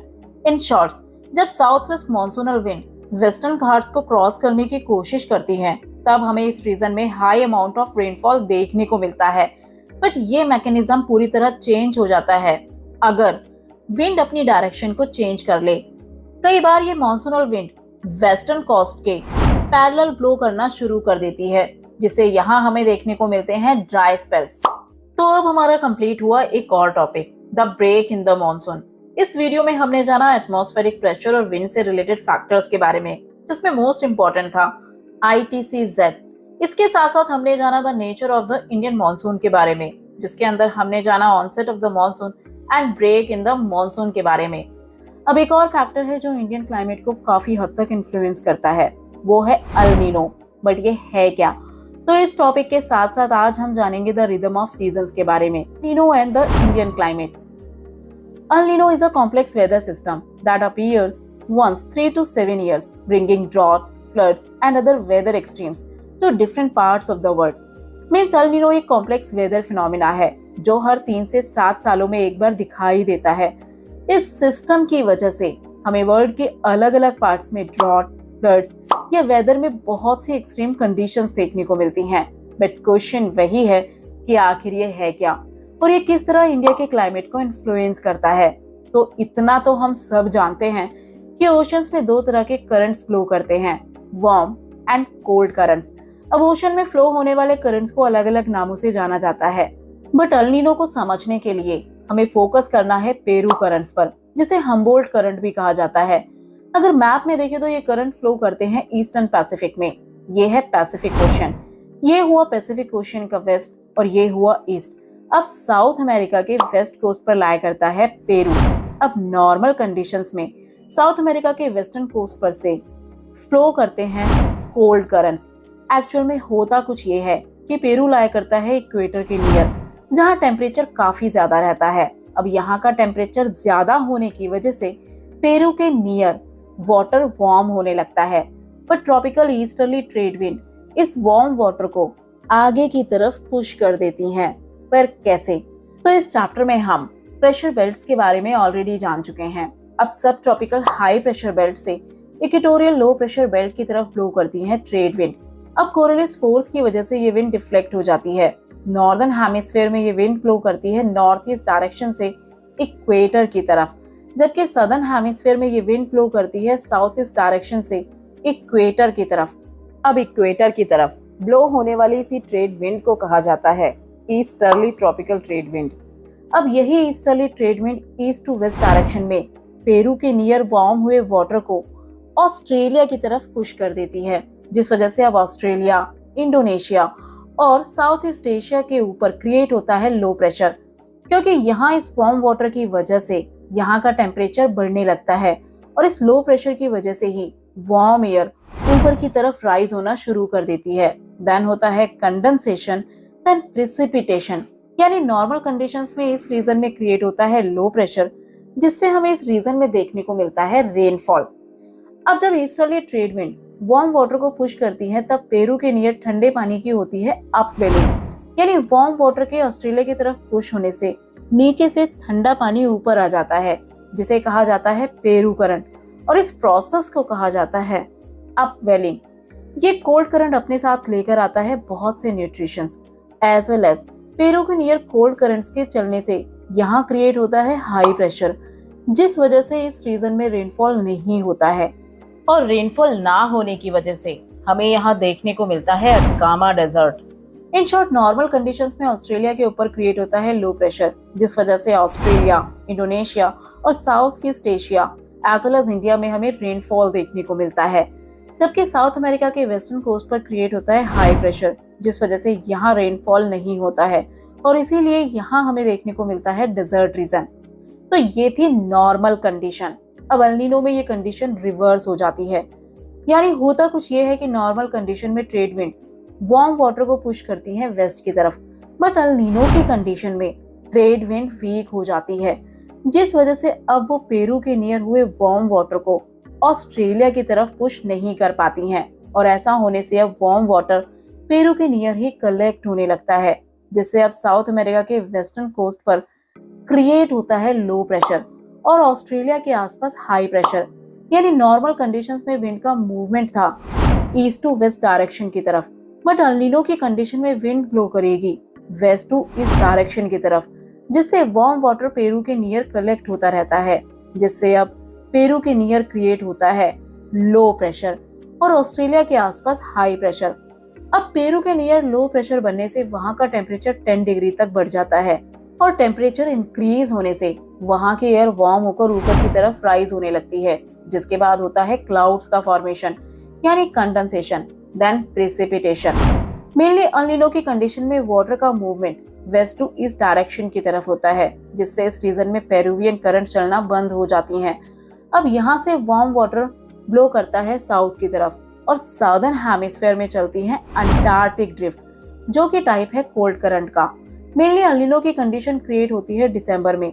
अब जब ये वार्म वाटर जाकर मिलता है अंटार्कटिक ड्रिफ्ट से, तब अंटार्कटिक ड्रिफ्ट के थ्रू ये वाटर आगे की तरफ ब्लो करता है, देन ये पहुंचता है अटलांटिक ओशियन पर और वहां भी डिस्टरबेंस को क्रिएट करता है। देन आगे की तरफ फ्लो करते हुए ये वार्म वाटर जून तक पहुंच जाता है इंडियन ओशन के नजदीक। अब ध्यान दीजिए, जून में इंडिया के नॉर्थ में क्रिएट होता है लो प्रेशर, क्योंकि इस टाइम पर सन की डायरेक्ट रेज पड़ती है ट्रॉपिक ऑफ कैंसर पर, जबकि सदर्न हेमिस्फीयर में इस टाइम पर एक्सपीरियंस किया जाता है विंटर सीजन, जिस वजह से सदर्न हेमिस्फीयर का वाटर ठंडा होता है और इसी वजह से यहाँ क्रिएट होता है हाई प्रेशर और हमारे इंडिया पर लो प्रेशर, बट केवल नॉर्मल कंडीशंस में। क्योंकि एल नीनो की कंडीशन में जब अटलांटिक ड्रिफ्ट इस रीजन में पहुंचती है तो वो लेकर आती है वार्म वाटर, जिससे सदर्न इंडियन ओशियन का वाटर भी गर्म होने लगता है और यही वार्म वाटर इंडियन ओशियन के वाटर को भी गर्म कर देता है। और हम जानते हैं वार्म वाटर का मतलब है लो प्रेशर का क्रिएट होना, इसीलिए अब इंडियन ओशन में क्रिएट होगा लो प्रेशर और जून के टाइम पर इंडियन सब कॉन्टिनेंट पर भी क्रिएट होता है लो प्रेशर। अब अगर इंडिया के नॉर्थ में जून के टाइम पर क्रिएट होगा लो प्रेशर और यहाँ पर भी क्रिएट होगा लो प्रेशर, तो क्या विंड का मूवमेंट होगा? तो आंसर है नहीं, क्योंकि विंड हमेशा ब्लो करती है high to low pressure area और यही रीजन है कि एल नीनो की कंडीशन में मॉनसून वीक पड़ जाता है, जिससे हमारी कंट्री के कई रीजन में ड्रॉट जैसी सिचुएशंस देखने को मिलती हैं। अब ये कंडीशन केवल इंडिया में क्रिएट नहीं होती हैं, ऑस्ट्रेलिया, इंडोनेशिया, या कहा जा सकता है कि ये फिनोमेना डिफरेंट कंट्रीज को अफेक्ट करता है। तो ये थी वो कंडीशंस जो एल नीनो के टाइम पर क्रिएट होती हैं। अब आगे चले तो एल नीनो का रिजल्ट क्या है, तो हम कहेंगे the distortion of equatorial atmospheric circulation, means ऐसा होने से इक्वेटर के नियर अलग अलग करंट्स के जो साइकिल चलते हैं वो डिस्टर्ब हो जाते हैं। Second is irregularities in evaporation of sea water, में सी वाटर के इवेपोरेशन में इरेगुलरिटीज आ जाती हैं। यानी इस कंडीशन में सी का वाटर का सही तरीके से गर्म ना होना, और गर्म ना होने से इवेपोरेशन का प्रोसेस रुक जाता है, जिससे ना तो प्रॉपर तरीके से विंड का कन्वर्जेंस होता है और ना ही divergence. Third is reduction in the amount of plankton which further reduces the number of fishes in the sea. Plankton जिसे फीड कर फिशेस सर्वाइव करती हैं, उस प्लैंकटन को ग्रो होने के लिए भी प्रॉपर इन्वायरमेंटल कंडीशन की जरूरत होती है, बट ऐसा नहीं होने से प्लैंकटन रिड्यूस हो जाता है, जिससे फिशेस के नंबर भी कम होने लगते हैं। अब आगे चले तो अल नीनो को चाइल्ड क्राइस्ट भी कहा जाता है, क्योंकि साउथ अमेरिका लाया करता है सदर्न हेमिस्फीयर में। मेनली ये कंडीशन डेवलप होती है दिसंबर में, क्रिसमस के आसपास, जब सदर्न हेमिस्फीयर एक्सपीरियंस करता है समर सीजन, जबकि नॉर्दर्न हेमिस्फीयर विंटर सीजन। यानी इस टाइम पर सदर्न हेमिस्फीयर टिल्ट होता है सन की तरफ। जब अल नीनो की सिचुएशन क्रिएट होती है, तब ईस्टर्न पैसिफिक में क्रिएट होता है लो प्रेशर, जिससे हमें सदर्न अमेरिका के वेस्टर्न कोस्ट पर रेनफॉल देखने को मिलता है, जबकि नॉर्मल कंडीशंस में यहाँ रेनफॉल देखने को नहीं मिलता है। मेनली अल नीनो डेवलप होने से ही यहाँ जो वार्म करंट डेवलप होते हैं, उसे चाइल्ड क्राइस्ट माना जाता है, यानी उसे गॉड की तरह देखा जाता है, क्योंकि अल नीनो की वजह से ही यहाँ के लोग रेनफॉल को एक्सपीरियंस कर पाते हैं। तो ये थी अल नीनो की कंडीशन और कैसे ये हमारे इंडिया के क्लाइमेट को इन्फ्लुएंस करता है। अब आगे चलते हैं और जानते हैं द रिदम ऑफ सीजन्स के बारे में। इंडिया की क्लाइमेटिक कंडीशन को अच्छे से समझा जा सकता है सीजन्स में होने वाली एनुअल साइकिल के जरिए। मेट्रोलॉजिस्ट के अकॉर्डिंग ये 4 सीजन्स हैं: the cold weather season, the hot weather season, the south west monsoon season, the retreating monsoon season. अब डिटेल से स्टडी करते हैं इन चारों सीजन्स को। The cold weather season. Cold weather को समझने के लिए हमें 3 डायमेंशन को समझना होगा, जो हैं टेम्परेचर, प्रेशर एंड विंड और रेनफॉल। तो सबसे पहले जानते हैं टेम्परेचर के बारे में। नॉर्दर्न इंडिया में विंटर्स की शुरुआत होती है मिड नवंबर से, और दिसंबर और जनवरी सबसे ज्यादा कोल्डेस्ट मंथ होते हैं।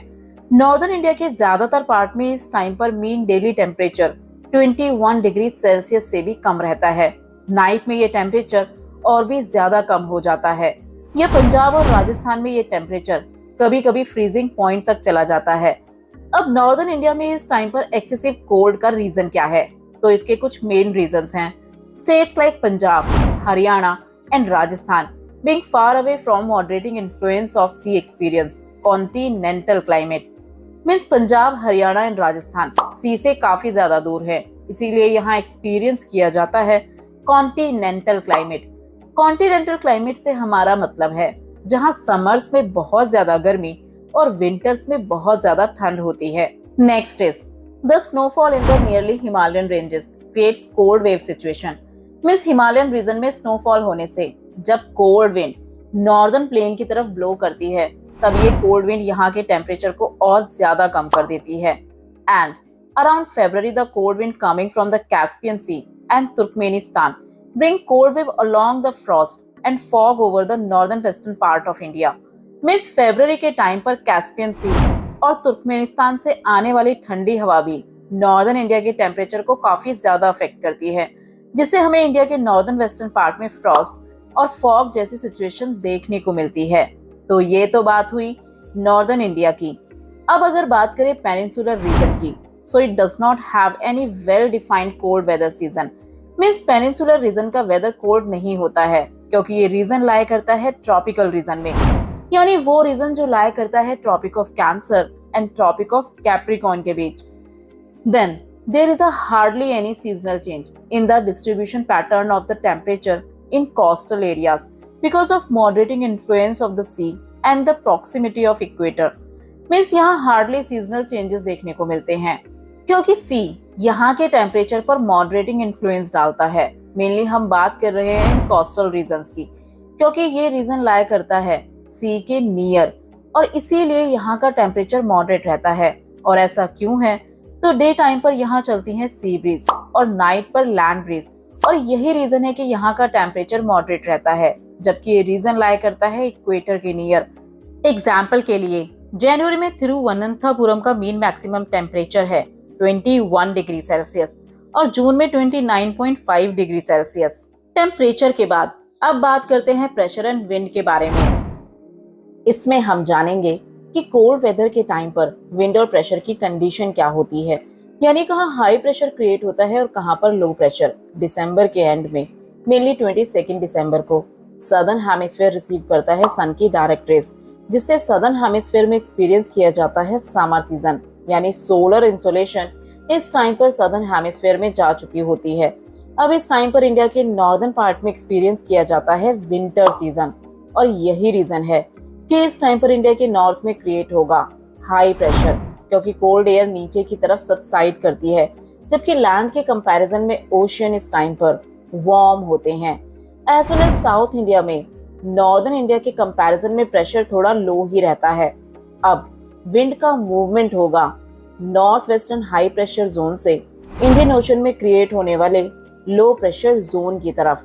Due to low pressure gradient, the light winds with a low velocity of about 3 to 5 km per hour begin to blow outwards। Means low pressure की वजह से अब wind 3 to 5 kilometre per hour की speed से land से water bodies की तरफ blow करना शुरू करती है। इस विंड की स्पीड बहुत ज्यादा नहीं होती है, बट इस विंड की डायरेक्शन यहाँ पर लाई करने वाली टोपोग्राफी से बहुत ज्यादा इन्फ्लुएंस होती है।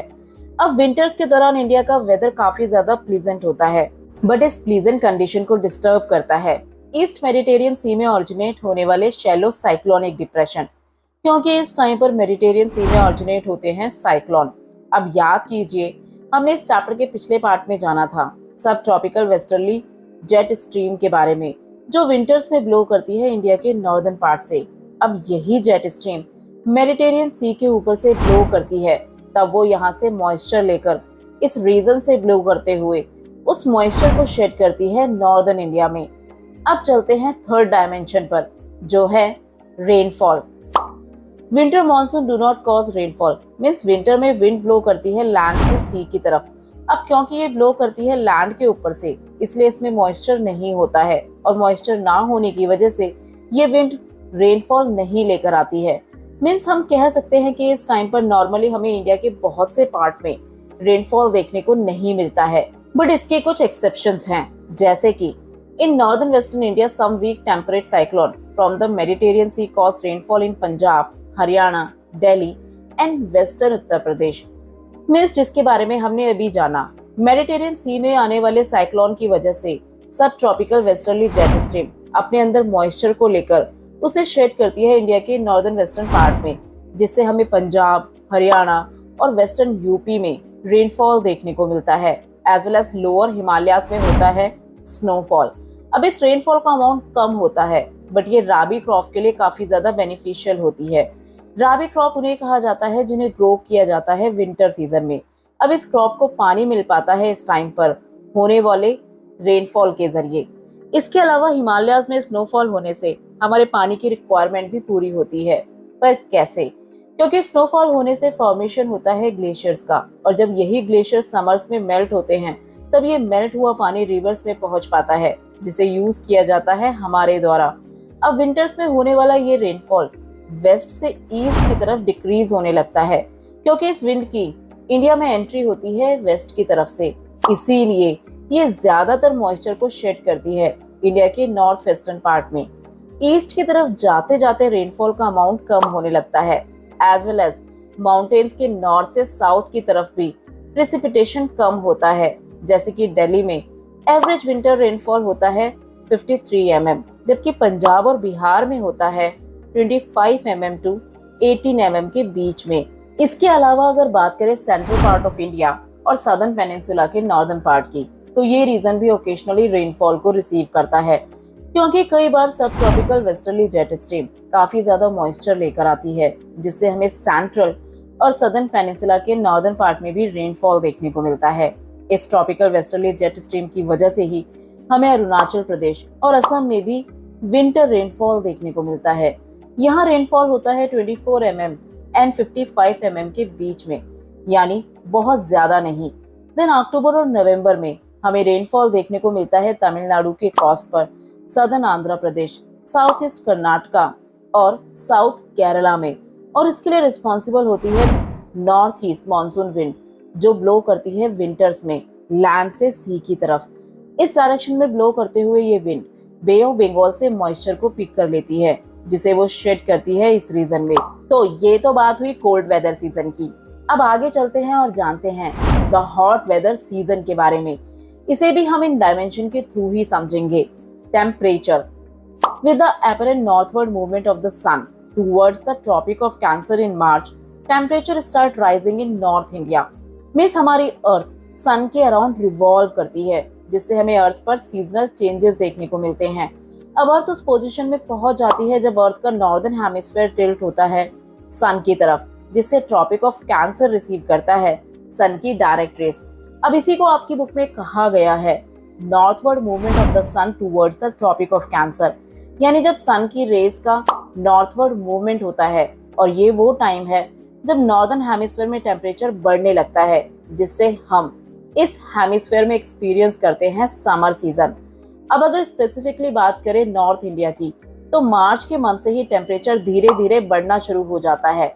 मेनली अप्रैल, मई और जून मंथ के दौरान नॉर्दर्न इंडिया में एक्सपीरियंस किया जाता है summer season. In May the heat belt moves further north and in the northwestern part of India, temperature around 48 degrees Celsius are not uncommon. Means हम ITC-Z के बारे में ऑलरेडी काफी कुछ जान चुके हैं। मई के मंथ में टेम्परेचर काफी ज्यादा बढ़ने लगता है, जिससे ITC-Z और आगे नॉर्थ की तरफ मूव होने लगता है। मेनली इस टाइम पर टेम्परेचर का 48 डिग्री सेल्सियस होना काफी कॉमन है। अब अगर साउथ इंडिया की बात करें तो यहाँ पर समर सीजन उतना ज्यादा इंटेंस नहीं होता है जितना नॉर्थ इंडिया में होता है, और इसका रीजन है moderating effect of the ocean, यानी इंडिया की पेनिनसुलर सिचुएशन। हम जानते हैं साउथ इंडिया कवर है 3 साइड से वाटर बॉडीज से, और यहाँ लाया करने वाले सी और ओशियन पेनिनसुलर इंडिया पर अपना मॉडरेटिंग इफेक्ट डालते रहते हैं। इसीलिए नॉर्थ के कंपैरिजन में साउथ इंडिया का टेम्परेचर कम रहता है। यहाँ का टेम्परेचर मेनली 26 डिग्री सेल्सियस से 32 डिग्री सेल्सियस के बीच में रहता है। यानी हम कह सकते हैं कि विंटर सीजन हो या समर सीजन, हमें साउथ इंडिया के टेम्परेचर में उतनी ज्यादा वेरिएशन देखने को नहीं मिलती है। अब अगर बात करें साउथ इंडिया में लाया करने वाली हिल्स की, तो जैसे कि वेस्टर्न घाट, तो यहाँ का टेम्परेचर 25 डिग्री सेल्सियस से भी कम रहता है। और ऐसा इसलिए है क्योंकि जैसे जैसे हम हाई एल्टीट्यूड पर जाते हैं टेम्परेचर कम होने लगता है। अब अगर बात करें कोस्टल रीजन्स की, the north south extent of isotherms parallel to the coast confirms that temperature does not decrease from north to south, rather it increase from the coast to the interior. Means अगर हम India में south से north की तरफ जाएं तो temperature increase होता है, बट कोस्टल रीजन पर अगर हम नॉर्थ से साउथ की तरफ जाए तो टेम्परेचर कम नहीं होता है। और इसका पता हमें चलता है आइसोथर्म्स के द्वारा। आइसोथर्म्स वो लाइंस हैं जो किसी पार्टिकुलर टाइम पर उन सब जगहों को जोड़ती हैं जहां का टेम्परेचर सेम होता है। तो अगर इस लाइन को देखें तो ये शो कर रही है कि इस कोस्टल रीजन पर north to south temperature same ही है, बट ये टेम्परेचर का सेम होना सिर्फ कोस्टल रीजन की तरफ है। अब जब आप कोस्ट से अंदर की तरफ आते हैं तब टेम्परेचर बढ़ने लगता है। याद कीजिए हमने पहले भी बताया था कि जैसे जैसे हम कोस्टल रीजन से दूर जाते हैं टेम्परेचर बढ़ने लगता है। मेनली सदर्न इंडिया में समर के टाइम पर daily minimum temperature 26 degree Celsius से कम ही रहता है। अब टेम्परेचर के बाद बात करते हैं प्रेशर एंड विंड के बारे में। समर के टाइम पर इंडिया का नॉर्दर्न पार्ट रिसीव करता है एक्सेसिव हीट, जिससे यहाँ का टेम्परेचर काफी ज्यादा बढ़ने लगता है। अब तक हम जान ही चुके हैं जहाँ टेम्परेचर बहुत ज्यादा हाई होता है वहाँ क्रिएट होता है लो प्रेशर, जिससे यहाँ मूव कर जाता है ITC-Z। अब जुलाई के टाइम पर ITC-Z के नॉर्थवर्ड मूव होने से इसकी पोजीशन होती है 25 डिग्री नॉर्थ पर। अब ITC-Z मींस लो प्रेशर के क्रिएट होने से यहाँ सरफेस विंड वार्म होकर ऊपर की तरफ राइज होना शुरू कर देती हैं। अब समर्स में सी लैंड के कंपैरिजन में ठंडे होते हैं और इसीलिए यहाँ क्रिएट होता है हाई प्रेशर। और अब विंड कैसे ब्लो करेगी, तो high to low pressure area, यानी ये ITC-Z अट्रैक्ट करता है उस विंड को जो ब्लो करती है साउथ वेस्ट डायरेक्शन से। इसके साथ साथ वेस्ट बंगाल एंड बांग्लादेश के कोस्ट पर जो विंड होती है वो भी लैंड की तरफ ब्लो करना शुरू कर देती है। बंगाल और बांग्लादेश में इस विंड को कहा जाता है ईस्टर्ली और south easterly wind. As well as हम पहले भी जान चुके हैं कि ये south westerly monsoonal wind equatorial easterlies को रिप्लेस कर देती है, क्योंकि इक्वेटर की तरफ चलने वाली south east trade wind equator को क्रॉस कर इंडियन सब कॉन्टिनेंट पर लो प्रेशर बनने की वजह से इस तरफ ब्लो होना शुरू कर देती है। मिड जून तक यही विंड वेदर में चेंजेस लेकर आती है, जिसे हमें देखने को मिलता है इंडिया में रेनी सीजन। अब इन सब के अलावा हॉट वेदर सीजन में और भी बहुत सी चीजें होती हैं, जैसे कि in the heard of the ITCZ in the northwest, the dry and hot winds known as Lu blow in the afternoon and very often they continue to well into midnight. Northern India में चलने वाली लू के बारे में आपने जरूर सुना होगा। मेनली ये ड्राई हॉट विंड ब्लो करती है थार डेजर्ट से, देन ये एंटर करती है नॉर्दर्न प्लेन्स में। इसके साथ साथ मई मंथ में इवनिंग के टाइम पर ब्लो करते हैं डस्ट स्टॉर्म, यानी धूल भरी आंधी पंजाब, हरियाणा, ईस्टर्न राजस्थान एंड उत्तर प्रदेश में।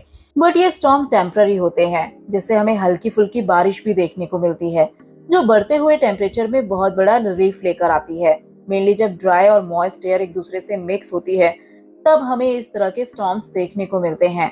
ये लोकल स्टॉर्म्स एसोसिएटेड हैं violent wind, torrential rain and even hello storm से। मेनली ये मानसून नहीं, उससे पहले की कंडीशन है जब हमें नॉर्दर्न इंडिया में इस तरह के लोकल स्टॉर्म्स देखने को मिलते हैं। अब अगर रेनफॉल की बात करें तो समर्स में इस तरह की कंडीशंस क्रिएट होती हैं, जिससे अराइवल होता है साउथ वेस्ट मॉनसून का। बट साउथ वेस्ट मॉनसून को समझने से पहले हम बात करते हैं हॉट वेदर सीजन में चलने वाले कुछ फेमस लोकल स्टॉर्म्स के बारे में। First is mango shower. Summer के एंड के दौरान हमें प्री मॉनसून शावर देखने को मिलता है केरला एंड कर्नाटका के कोस्टल रीजन पर, यानी मॉनसून आने से पहले आने वाली बारिश। अब इस टाइम पर यहाँ होने वाला प्री शावर मैंगोज की राइपनिंग यानी उन्हें पकने के लिए काफी हेल्पफुल होता है, इसीलिए इसे कहा जाता है mango shower. Second, blossom shower. अब मैंगो शावर को ब्लोसम शावर के नाम से भी जाना जाता है। अब इसी रीजन में जब प्री मॉनसून में कॉफी के फ्लावर्स खिलने लगते हैं, तब इसे कहा जाता है blossom shower. Third is nor'westers. Bengal और असम के रीजन में इवनिंग के टाइम पर जो थंडर स्टॉर्म क्रिएट होते हैं, उन्हें कहा जाता है नॉर्वेस्टर्स। मेनली हम पहले भी जान चुके हैं कि समर्स में जब ड्राई और मॉइस्ट विंड मिक्स हो जाती है, तब एक्सपीरियंस की जाती है तेज आंधी के साथ बारिश, साथ साथ बिजली का कड़कना, जिसे थंडर स्टॉर्म कहा जाता है। मेनली ये विंड काफी ज्यादा डिस्ट्रक्टिव होती है, इसीलिए बंगाल में इसे लोकली कहा जाता है कल बैसाखी। बट ये थंडर स्टॉर्म काफी ज्यादा बेनिफिशियल होते हैं टी, जूट और राइस के कल्टीवेशन के लिए, क्योंकि थंडर स्टॉर्म अपने साथ बारिश भी लेकर आते हैं। इसीलिए असम में इसे कहा जाता है बरदोई शीला। लास्ट इज लू। नॉर्दर्न प्लेन से ब्लो होने वाली हॉट और ड्राई विंड को कहा जाता है लू। इस विंड की इंटेंसिटी दिल्ली और पटना में काफी ज्यादा होती है। तो ये थे हॉट वेदर सीजन में क्रिएट होने वाले कुछ लोकल स्टॉर्म्स के नाम। तो अब तक हमने जाना द कोल्ड वेदर और द हॉट वेदर सीजन के बारे में, जिसमें हमने देखा कि इस टाइम पर टेम्परेचर, प्रेशर एंड विंड या रेनफॉल जैसे कंपोनेंट्स किस तरह काम करते हैं। अब हॉट वेदर सीजन के बाद इंडिया में एंट्री होती है रेनी सीजन की, जिसे कहा जाता है south west monsoon. The south west monsoon season. हम जान चुके हैं कि मई के टाइम पर इंडिया के नॉर्थ वेस्टर्न पार्ट में टेम्परेचर बढ़ने लगता है, जिससे क्रिएट होता है लो प्रेशर।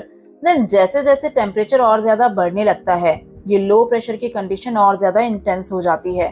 अर्ली जून यानी जून के शुरुआत में ये लो प्रेशर इतना ज्यादा इंटेंस हो जाता है, जो सदर्न हेमिस्फीयर में चलने वाली ट्रेड विंड को अट्रैक्ट करने लगता है। देन यही south east trade wind equator को क्रॉस कर एंटर करती है अरेबियन सी और बे ऑफ बंगाल में। अब जब यही विंड लैंड की तरफ ब्लो करती है, तो ये अपने साथ बहुत सारा मॉइस्चर लेकर आती है, जिससे हमें इंडिया में रेनफॉल देखने को मिलता है, जिसे कहा जाता है साउथ वेस्ट मॉनसून। अब फर्स्ट रेनफॉल के बाद नॉर्दर्न इंडिया का टेम्परेचर थोड़ा कम हो जाता है, जिससे काफी ज्यादा रिलीफ मिल जाता है, जिससे मिड जून और मिड जुलाई के बीच day temperature 5 to 8 degree Celsius तक कम हो जाता है। अब जब मॉनसून का ऑनसेट होता है, यानी जब रेनफॉल होना शुरू होता है, तो उस दौरान बहुत ज्यादा थंडर और लाइटनिंग एक्सपीरियंस की जाती है।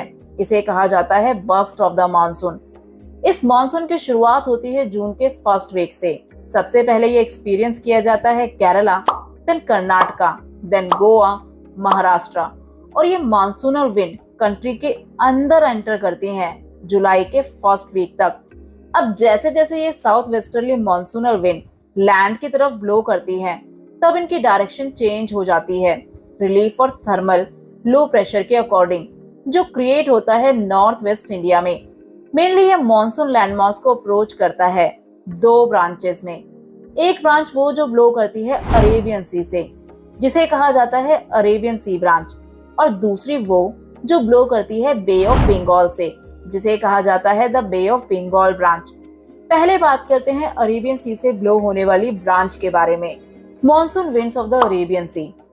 मॉनसूनल विंड जो ओरिजिनेट होती है अरेबियन सी से, ये फर्दर डिवाइड हो जाती है तीन ब्रांचेस में। First is it's one branch is obstructed by the western Ghats. These winds climb the slope of the western Ghats from 900 to 1200 metre. Western Ghats जो लाए करते हैं इस रीजन में, जब moisture laden wind Arabian Sea से आगे की तरफ ब्लो करती है, तब यहाँ वेस्टर्न घाट होने की वजह से वो ऊपर की तरफ राइज होना शुरू कर देती है। अब क्योंकि ये विंड कैरी करती है बहुत सारा मॉइस्चर, इसीलिए ऊपर जाते जाते ये ठंडी हो जाती है, यानी ये कंडेंस होने लगती है। और कंडेंसेशन होने के बाद होगा प्रेसिपिटेशन, यानी रेनफॉल। ये रेनफॉल होता है वेस्टर्न कोस्टल प्लेन के वेस्ट साइड पर, जिसे कहा जाता है windward side. Mainly western Ghats का ये साइड रिसीव करता है 250 centimetre to 400 centimetre rainfall. Now after crossing the western Ghats, these winds descend and get heated up. This reduces humidity in the winds. As a result, these winds cause little rainfall east of the western Ghats. Means जब अपने moisture को ये windward side पर shade कर देती है, then ये काफी हल्की हो जाती है, और हल्की होने के बाद ये विंड वेस्टर्न घाट्स को क्रॉस कर नीचे की तरफ डिसेंड करती है, और डिसेंड होने के बाद जो थोड़ा बहुत मॉइस्चर उस रीजन में होता है, उसे अपने अंदर लेकर दोबारा गर्म हो जाती है, और हीट अप होने के बाद ये ऊपर की तरफ राइज करती है। बट इस टाइम पर इस विंड में उतना मॉइस्चर या ह्यूमिडिटी नहीं होती है जिससे वो इस रीजन में बहुत ज्यादा रेनफॉल कर सके। इसीलिए वेस्टर्न घाट के ईस्ट में काफी कम रेनफॉल होता है। इस साइड को कहा जाता है लीवर्ड साइड, और इस लो रेनफॉल वाले रीजन को जाना जाता है रेन शेडो एरिया के नाम से। इन शॉर्ट, जहां हमें वेस्टर्न घाट्स के वेस्ट साइड पर एक्सेसिव रेनफॉल देखने को मिलता है, वहीं इसके ईस्ट साइड पर देखने को मिलता है लो रेनफॉल। और इसका रीजन है मॉइस्चर लेडन विंड, जिसका मॉइस्चर हिल्स के ईस्ट साइड आने तक खत्म हो जाता है। ये है विंडवर्ड साइड और ये है लीवर्ड साइड। अब चलते हैं अरेबियन सी से ओरिजिनेट होने वाली दूसरी ब्रांच पर। Another branch of the Arabian Sea monsoon strike the coast north of Mumbai, moving along the Narmada and Tapi river valley. These winds cause rainfall in extensive areas of central India. मिस Arabian Sea की दूसरी branch टकराती है मुंबई के north पर। अब यहाँ लाया करते हैं विंध्या और सतपुरा रेंजेस। अब ये विंड इनके बीच से, यानी नर्मदा और तापी रिवर की वैली से ब्लो करना शुरू करती है, और अरेबियन सी की इसी ब्रांच की वजह से सेंट्रल इंडिया रेनफॉल को रिसीव करता है। देन यही ब्रांच पहुंचती है छोटा नागपुर प्लेट्यू तक। वहां तक पहुंचते पहुंचते इस विंड का मॉइस्चर कम हो जाता है, इसीलिए छोटा नागपुर प्लेट्यू पर रेनफॉल होता है करीब 15 सेंटीमीटर। देन यहाँ लाए करने वाले रिलीफ फीचर की वजह से ये विंड नॉर्थवर्ड टर्न हो जाती है, यानी ये एंटर कर जाती है गंगा प्लेन्स में, और यहाँ ये मिंगल हो जाती है बे ऑफ बंगाल से आने वाली ब्रांच से, जिसके बारे में हम जानेंगे थोड़ी देर में। अब आते हैं थर्ड ब्रांच पर। A third branch of this monsoon wind strikes the Saurashtra peninsula and the Kutch. मिस अरेबियन सी के ये ब्रांच जाकर स्ट्राइक करती है सौराष्ट्र पेनिनसुला को और कच्छ रीजन को, और यहाँ इस रीजन में लाया करती हैं अरावली रेंजेस। ये रेंजेस इस विंड को अपने ईस्ट में आने से रोक देती हैं, जिस वजह से ये ब्लो करती है इन रेंजेस के वेस्ट साइड पर। अब इस रीजन में जो भी थोड़ा बहुत रेनफॉल होता है, वो होता है इसी ब्रांच की वजह से। देन जब ये ब्रांच आगे की तरफ जाती है पंजाब एंड हरियाणा की तरफ, और वहां ये ज्वाइन करती है बे ऑफ बंगाल से आने वाली ब्रांच को। इनके मिंगल होने के बाद ये रेनफॉल करती है वेस्टर्न हिमालयाज में, यानी इस रीजन में। तो ये थी अरेबियन सी से ओरिजिनेट होने वाली तीन ब्रांचेस जो अलग अलग रीजन को अफेक्ट करती हैं। फर्स्ट जो स्ट्राइक करती है वेस्टर्न घाट्स को, सेकंड जो स्ट्राइक करती है मुंबई के नॉर्थ को, और थर्ड जो स्ट्राइक करती है सौराष्ट्र पेनिनसुला एंड कच्छ को। अब जानते हैं मानसून विंड जो ब्लो करती है बे ऑफ बंगाल से। Monsoon wind of the Bay of Bengal. The Bay of Bengal branch strike the coast of Myanmar and part of southeast Bangladesh, but Arakan hills along the coast of Myanmar deflect a big portion of the Indian subcontinent. Means Bay of Bengal की branch जाकर टकराती है Myanmar के coast और south east Bangladesh से। Mainly यहाँ लाया करते हैं म्यांमार और ये है बांग्लादेश, और ये ब्रांच एंटर करती है इस रीजन में। अब इस रीजन में लाया करते हैं अराकान हिल्स। अब ये हिल्स बे ऑफ बंगाल की ब्रांच को आगे जाने से रोक देते हैं, जिससे ये मॉइस्चर लेडन विंड टर्न हो जाती है इंडियन सबकॉन्टिनेंट की तरफ, और इसी विंड की वजह से मानसून एंटर करता है वेस्ट बंगाल और बांग्लादेश में। मेनली यहाँ मानसून एंटर करता है साउथ और साउथ ईस्ट डायरेक्शन से, ना कि साउथ वेस्टर्ली डायरेक्शन से। अब यहाँ पर इस विंड को दो फैक्टर्स इन्फ्लुएंस करते हैं। पहले हैं हिमालयास और दूसरा फैक्टर है नॉर्थ वेस्ट में क्रिएट होने वाला थर्मल लो प्रेशर, जिसकी वजह से ये ब्रांच दो ब्रांचेस में स्प्लिट हो जाती है। एक ब्रांच जो वेस्टवर्ड ब्लो करते हुए पहुंचती है गंगा प्लेन्स और पंजाब प्लेन्स तक, देन यहाँ ये मिल जाती है अरेबियन सी की ब्रांच से, जिसके बारे में हमने थोड़ी देर पहले ही जाना है। और दूसरी ब्रांच पहुंचती है Brahmaputra valley and north east तक। मेनली एक है वेस्टवर्ड ब्रांच और एक है north and north east branch. ये वेस्टवर्ड ब्रांच लेकर आती है रेनफॉल नॉर्दर्न प्लेन्स में। अब नॉर्थ और नॉर्थ ईस्ट वाली ब्रांच एक्सेसिव रेनफॉल करती है Brahmaputra valley and north eastern region में। मेनली इस रीजन में ये विंड हिमालयस और गारो खासी जांतिया हिल्स के बीच में क्रैप्ट हो जाती है, जिससे वो अपने मॉइस्चर को यहीं पर शेड करती रहती है, जिससे रीजन एक्सेसिव अमाउंट में रेनफॉल को रिसीव करता है। मासिनराम जो लोकेटेड है खासी हिल्स पर, वो रिसीव करता है वर्ल्ड में हाईएस्ट एवरेज एनुअल रेनफॉल। तो ये थी बे ऑफ बंगाल ब्रांच। तो अभी तक हमने देखा कि साउथ वेस्ट मानसून के जरिए लगभग हमारा पूरा कंट्री रेनफॉल को रिसीव करता है, बट ऐसे भी कुछ रीजन है जो इस टाइम पर ड्राई रहते हैं, जैसे कि तमिलनाडु का कोस्ट जो इस टाइम पर ड्राई रहता है। और ऐसा होने के मेनली दो इंपॉर्टेंट फैक्टर्स हैं। First is the Tamil Nadu coast is situated parallel to the Bay of Bengal branch of south west monsoon. Means Bay of Bengal की ब्रांच ब्लो करती है तमिलनाडु के कोस्ट के पैरेलल, और जब विंड कोस्ट के पैरेलल ब्लो करती है तो वो रेनफॉल लेकर नहीं आती है। Second is it lies in the rain shadow area of the Arabian Sea branch of the south west monsoon. अब अरेबियन सी वाली ब्रांच मेनली रेनफॉल लेकर आती है वेस्टर्न कोस्ट के वेस्ट साइड पर, और तमिलनाडु कोस्ट लाया करता है लीवर्ड साइड पर। मेनली ये रीजन लाया करता है रेन शैडो एरिया में, इसीलिए ये ब्रांच भी यहाँ रेनफॉल लेकर नहीं आती है। तो अब हम the south west monsoon season को भी कंप्लीट कर चुके हैं। अब आते हैं अपने लास्ट सीजन पर, जो है सीजन ऑफ रिट्रीटिंग मानसून। इसे नॉर्थ ईस्ट मानसून भी कहा जाता है, मीन्स मानसून का वापस लौटना। और ऐसा होता है month of October and November में। पर इन्हीं मंथ्स में क्यों? तो हमने जाना था कि समर में ITCZ शिफ्ट हो जाता है ट्रॉपिक ऑफ कैंसर पर, जिसे इंडिया के नॉर्थ में क्रिएट होता है लो प्रेशर। और विंटर्स में ये ITCZ शिफ्ट हो जाता है सदर्न हेमिस्फीयर में, जिससे अब सदर्न हेमिस्फीयर में क्रिएट होगा लो प्रेशर। और इसी टाइम पर इंडिया का नॉर्दर्न पार्ट ठंडा होने लगता है, जिससे यहाँ क्रिएट होने लगता है high pressure. As well as हम जान चुके हैं कि विंटर्स में subtropical westerly jet stream Himalayas के साउथ में शिफ्ट हो जाती है, जो इस रीजन में क्रिएट करती है हाई प्रेशर को। और इसीलिए अब विंड किस तरह ब्लो करेगी? तो आंसर है लैंड टू वाटर, और इसी को कहा जाता है नॉर्थ ईस्ट मानसून या रिट्रीटिंग मानसून, यानी मानसून का वापस लौटना।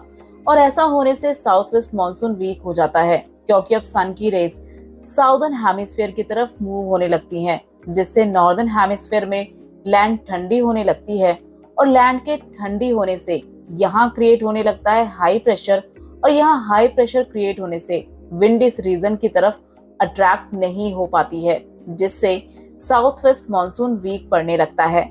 इसके साथ साथ as the low pressure trough of the Ganga plain starts moving southward, means ITCZ जो क्रिएट होता है गंगा प्लेन्स पर, अब वो वीक पड़ने लगता है, जो मानसूनल विंड को अट्रैक्ट नहीं कर पाता है।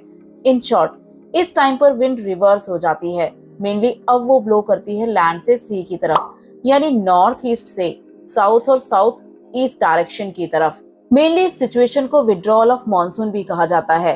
अब ये मॉनसूनल विंड किस तरह विड्रॉल करती हैं? तो सितंबर के फर्स्ट वीक में मॉनसून विड्रॉ होता है राजस्थान के वेस्टर्न पार्ट से। देन इस मंथ के एंड तक मॉनसूनल विंड विड्रॉ करती है Rajasthan, Gujarat, western Ganga plain and central highland से।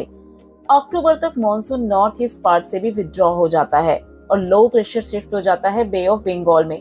देन कर्नाटका और तमिलनाडु से भी विंड का विड्रॉल होने लगता है। इसके बाद मिडिल दिसंबर तक लो प्रेशर पूरी तरह रिमूव हो जाता है पेनिनसुला से। The retreating south west monsoon season is marked by clear skies and rise in temperature.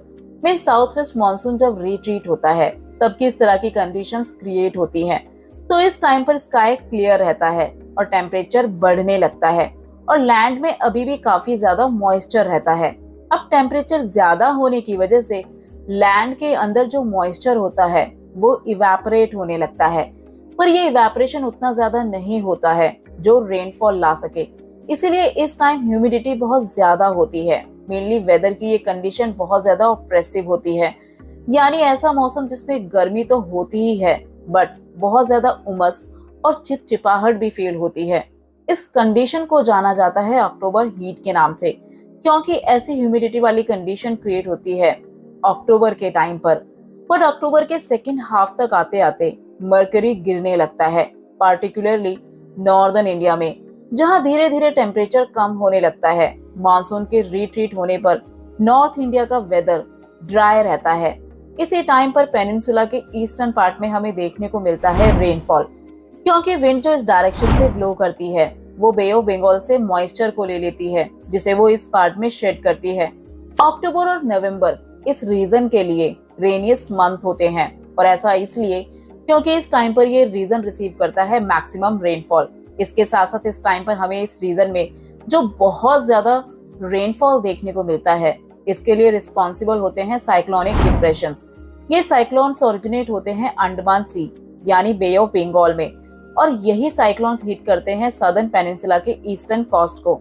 अब इस रीजन में जो साइक्लोन्स क्रिएट होते हैं उन्हें कहा जाता है ट्रॉपिकल साइक्लोन्स, क्योंकि ये ओरिजिनेट होते हैं ट्रॉपिक ऑफ कैंसर और ट्रॉपिक ऑफ कैप्रिकॉर्न के बीच में, जिसे कहा जाता है ट्रॉपिकल रीजन। मेनली ये कंडीशन इस रीजन में क्रिएट होती है मॉनसून के रिट्रीट करने पर, क्योंकि इस टाइम पर बे ऑफ बंगाल में क्रिएट होता है लो प्रेशर। यहाँ लो प्रेशर बनने की वजह से विंड वार्म होकर ऊपर की तरफ राइज होने लगती है, और इस टाइम पर लैंड पर क्रिएट होता है हाई प्रेशर। अब ये हाई प्रेशर इन सभी जगहों पर क्रिएट होता है, और एयर का मूवमेंट किस तरह होता है तो हमें पता है, high to low pressure area. अब इस कंडीशन में यहाँ लो प्रेशर बनने की वजह से एयर ऊपर जा चुकी है, जिससे नीचे वैक्यूम बन जाता है। अब जब इन तीनों डायरेक्शन से विंड इस एरिया की तरफ मूव करेगी तो वो सर्कुलेटरी मोशन लेने लगेगी, जिससे इस रीजन में क्रिएट होते हैं एंटी क्लॉक साइक्लोन्स। अब ये ट्रॉपिकल साइक्लोन्स काफी ज्यादा डिस्ट्रक्टिव होते हैं, और ये साइक्लोन्स टारगेट करते हैं थिकली पॉपुलेटेड डेल्टास को, जैसे कि गोदावरी, कृष्णा एंड कावेरी को। और कुछ साइक्लोन स्टॉर्म्स वेस्ट बंगाल के कोस्ट, बांग्लादेश और म्यांमार को भी हिट करते हैं। अब जब यही साइक्लोनिक स्टॉर्म्स कोरोमंडल कोस्ट को हिट करते हैं तब हमें यहाँ बल्क में रेनफॉल देखने को मिलता है। अब ये ट्रॉपिकल साइक्लोन्स हमें अरेबियन सी में बहुत ज्यादा देखने को नहीं मिलते हैं। तो ये था सीजन ऑफ रिट्रीटिंग मॉनसून। तो फाइनली अब हम चारों सीजन्स को कंप्लीट कर चुके हैं। The cold weather season, the hot weather season, the south west monsoon season, at last season of retreating monsoon. अब बात करते हैं ट्रेडिशनल इंडियन सीजन्स के बारे में। इंडियन ट्रेडिशन में एक ईयर को डिवाइड किया जाता है 6 सीजन्स में, और हर सीजन 2 महीने का होता है। नॉर्थ और सेंट्रल इंडिया में रहने वाले लोग इन सीजन्स को अपने एक्सपीरियंस और मौसम को लेकर अपनी पुरानी समझ के अकॉर्डिंग मानते हैं, बट ये सिस्टम साउथ इंडिया के सीजन से मैच नहीं करता है, क्योंकि यहाँ सीजन्स में बहुत ज्यादा वेरिएशन देखने को नहीं मिलती है। ये ट्रेडिशनल सीजन्स कुछ इस तरह है। पहला सीजन है वसंत। इंडियन कैलेंडर के हिसाब से इसे बोला जाता है चैत्र और वैशाख, और ये मंथ होते हैं मार्च अप्रैल। सेकेंड इज ग्रीष्म, इसे बोलते हैं ज्येष्ठ या आषाढ़ का मंथ, और ये मंथ होते हैं मई और जून। थर्ड इज वर्षा, ये है श्रवण और भद्रा का महीना, ये मंथ होते हैं जुलाई एंड अगस्त। फोर्थ इज शरद, इसमें आते हैं अश्विन, कार्तिक का महीना। और ये होते हैं सितंबर और अक्टूबर का मंथ। फिफ्थ इज हेमंत, इसमें आते हैं मार्ग, शीर्षा, पूस, ये है नवंबर दिसंबर का मंथ। लास्ट इज शिशिरा, जो है माघ, फागुन, ये मंथ है जनवरी एंड फरवरी। तो ये थे इंडिया के ट्रेडिशनल सीजन। अब आते हैं अपने नेक्स्ट टॉपिक पर, जो है डिस्ट्रीब्यूशन ऑफ रेनफॉल। इंडिया में एवरेज रेनफॉल होता है 125 सेंटीमीटर, बट इंडिया में होने वाले रेनफॉल का अमाउंट हर जगह एक समान नहीं है। इसीलिए हमें इसमें बहुत ज्यादा वेरिएशन देखने को मिलती है। कहीं रेनफॉल बहुत ज्यादा है तो कहीं बहुत कम। इसे कुछ इस तरह समझते हैं। एरिया ऑफ हाई रेनफॉल, सबसे ज्यादा रेनफॉल वेस्टर्न घाट के वेस्ट कोस्ट पर और नॉर्थ ईस्ट इंडिया के सब हिमालयन रीजन और मेघालय के हिल्स पर होता है। यहाँ 200 सेंटीमीटर से भी ज्यादा रेनफॉल होता है। खासी और गारो या जांतिया हिल्स के कुछ हिस्सों में तो 1000 सेंटीमीटर से भी ज्यादा रेनफॉल होता है, जबकि ब्रह्मपुत्र वैली और उसके आसपास के हिल्स में 200 सेंटीमीटर से कम रेनफॉल होता है। एरिया ऑफ मीडियम रेनफॉल, ये वो रीजन है जहां रेनफॉल 100 से 200 के बीच में होता है। ये रीजन है southern part of Gujarat, east Tamil Nadu, north eastern peninsula जो कवर करता है उड़ीसा, झारखंड, बिहार, ईस्टर्न मध्य प्रदेश, इसके साथ साथ सब हिमालय के आसपास गंगा के नॉर्दर्न प्लेन्स, साथ साथ Cachar valley and Manipur. Next is area of low rainfall, region जो रिसीव करते हैं 50 टू 100 सेंटीमीटर का रेनफॉल। इसमें शामिल है western Uttar Pradesh, Delhi, Haryana, Punjab, Jammu and Kashmir, eastern Rajasthan, Gujarat and Deccan plateau. Last is area of इनएडिक्वेट rainfall, ये ऐसे रीजन है जहां 50 सेंटीमीटर से भी कम रेनफॉल होता है।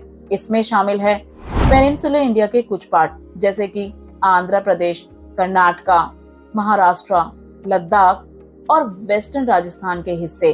तो ये तो बात हुई डिस्ट्रीब्यूशन ऑफ रेनफॉल की। अब क्या आपने सोचा है कि मॉनसून किस तरह एक कंट्री की इकोनॉमी को अफेक्ट करता है? तो चलिए जानते हैं monsoon and the economic life in India.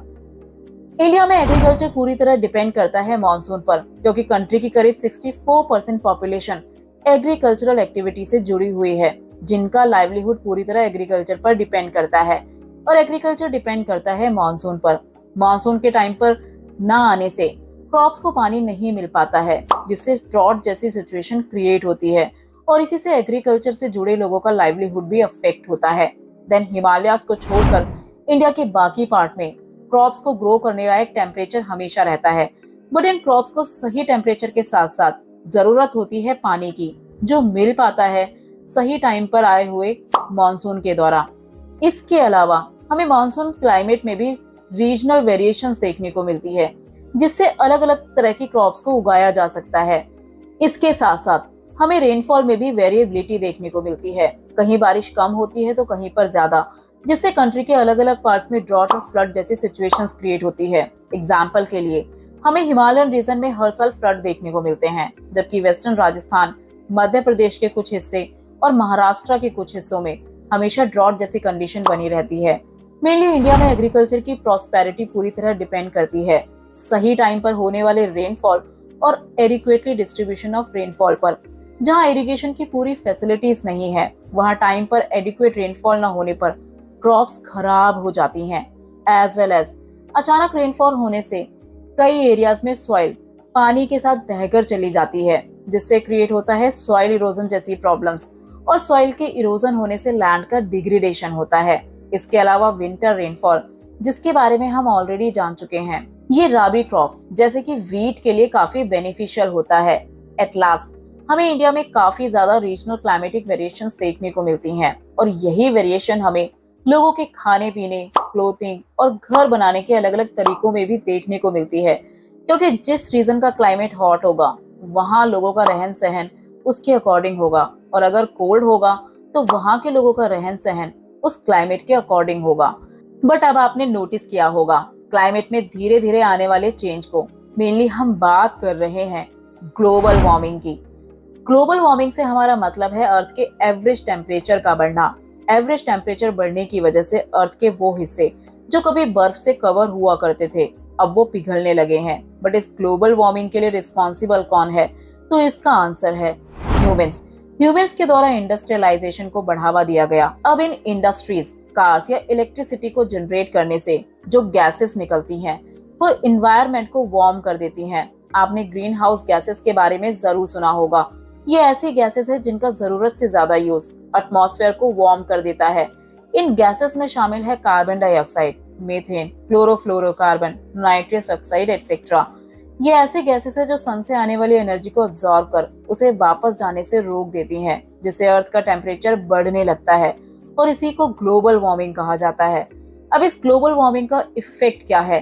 तो इससे पोलर रीजन्स पर जमी हुई बर्फ या माउंटेन्स पर जमे हुए ग्लेशियर्स मेल्ट होने लगे हैं। इनके मेल्ट होने से सी का लेवल बढ़ने लगा है। इसके अलावा क्लाइमेट में भी चेंजेस होने लगे हैं, जिससे कहीं पर फ्लड तो कहीं पर ड्रॉट जैसी सिचुएशंस क्रिएट होने लगी हैं। और ये सब होने से एग्रीकल्चर तो सफर करता ही है, साथ ही बहुत सी बीमारियां भी फैलनी शुरू हो जाती हैं, जैसे कि डेंगू, मलेरिया एटसेट्रा।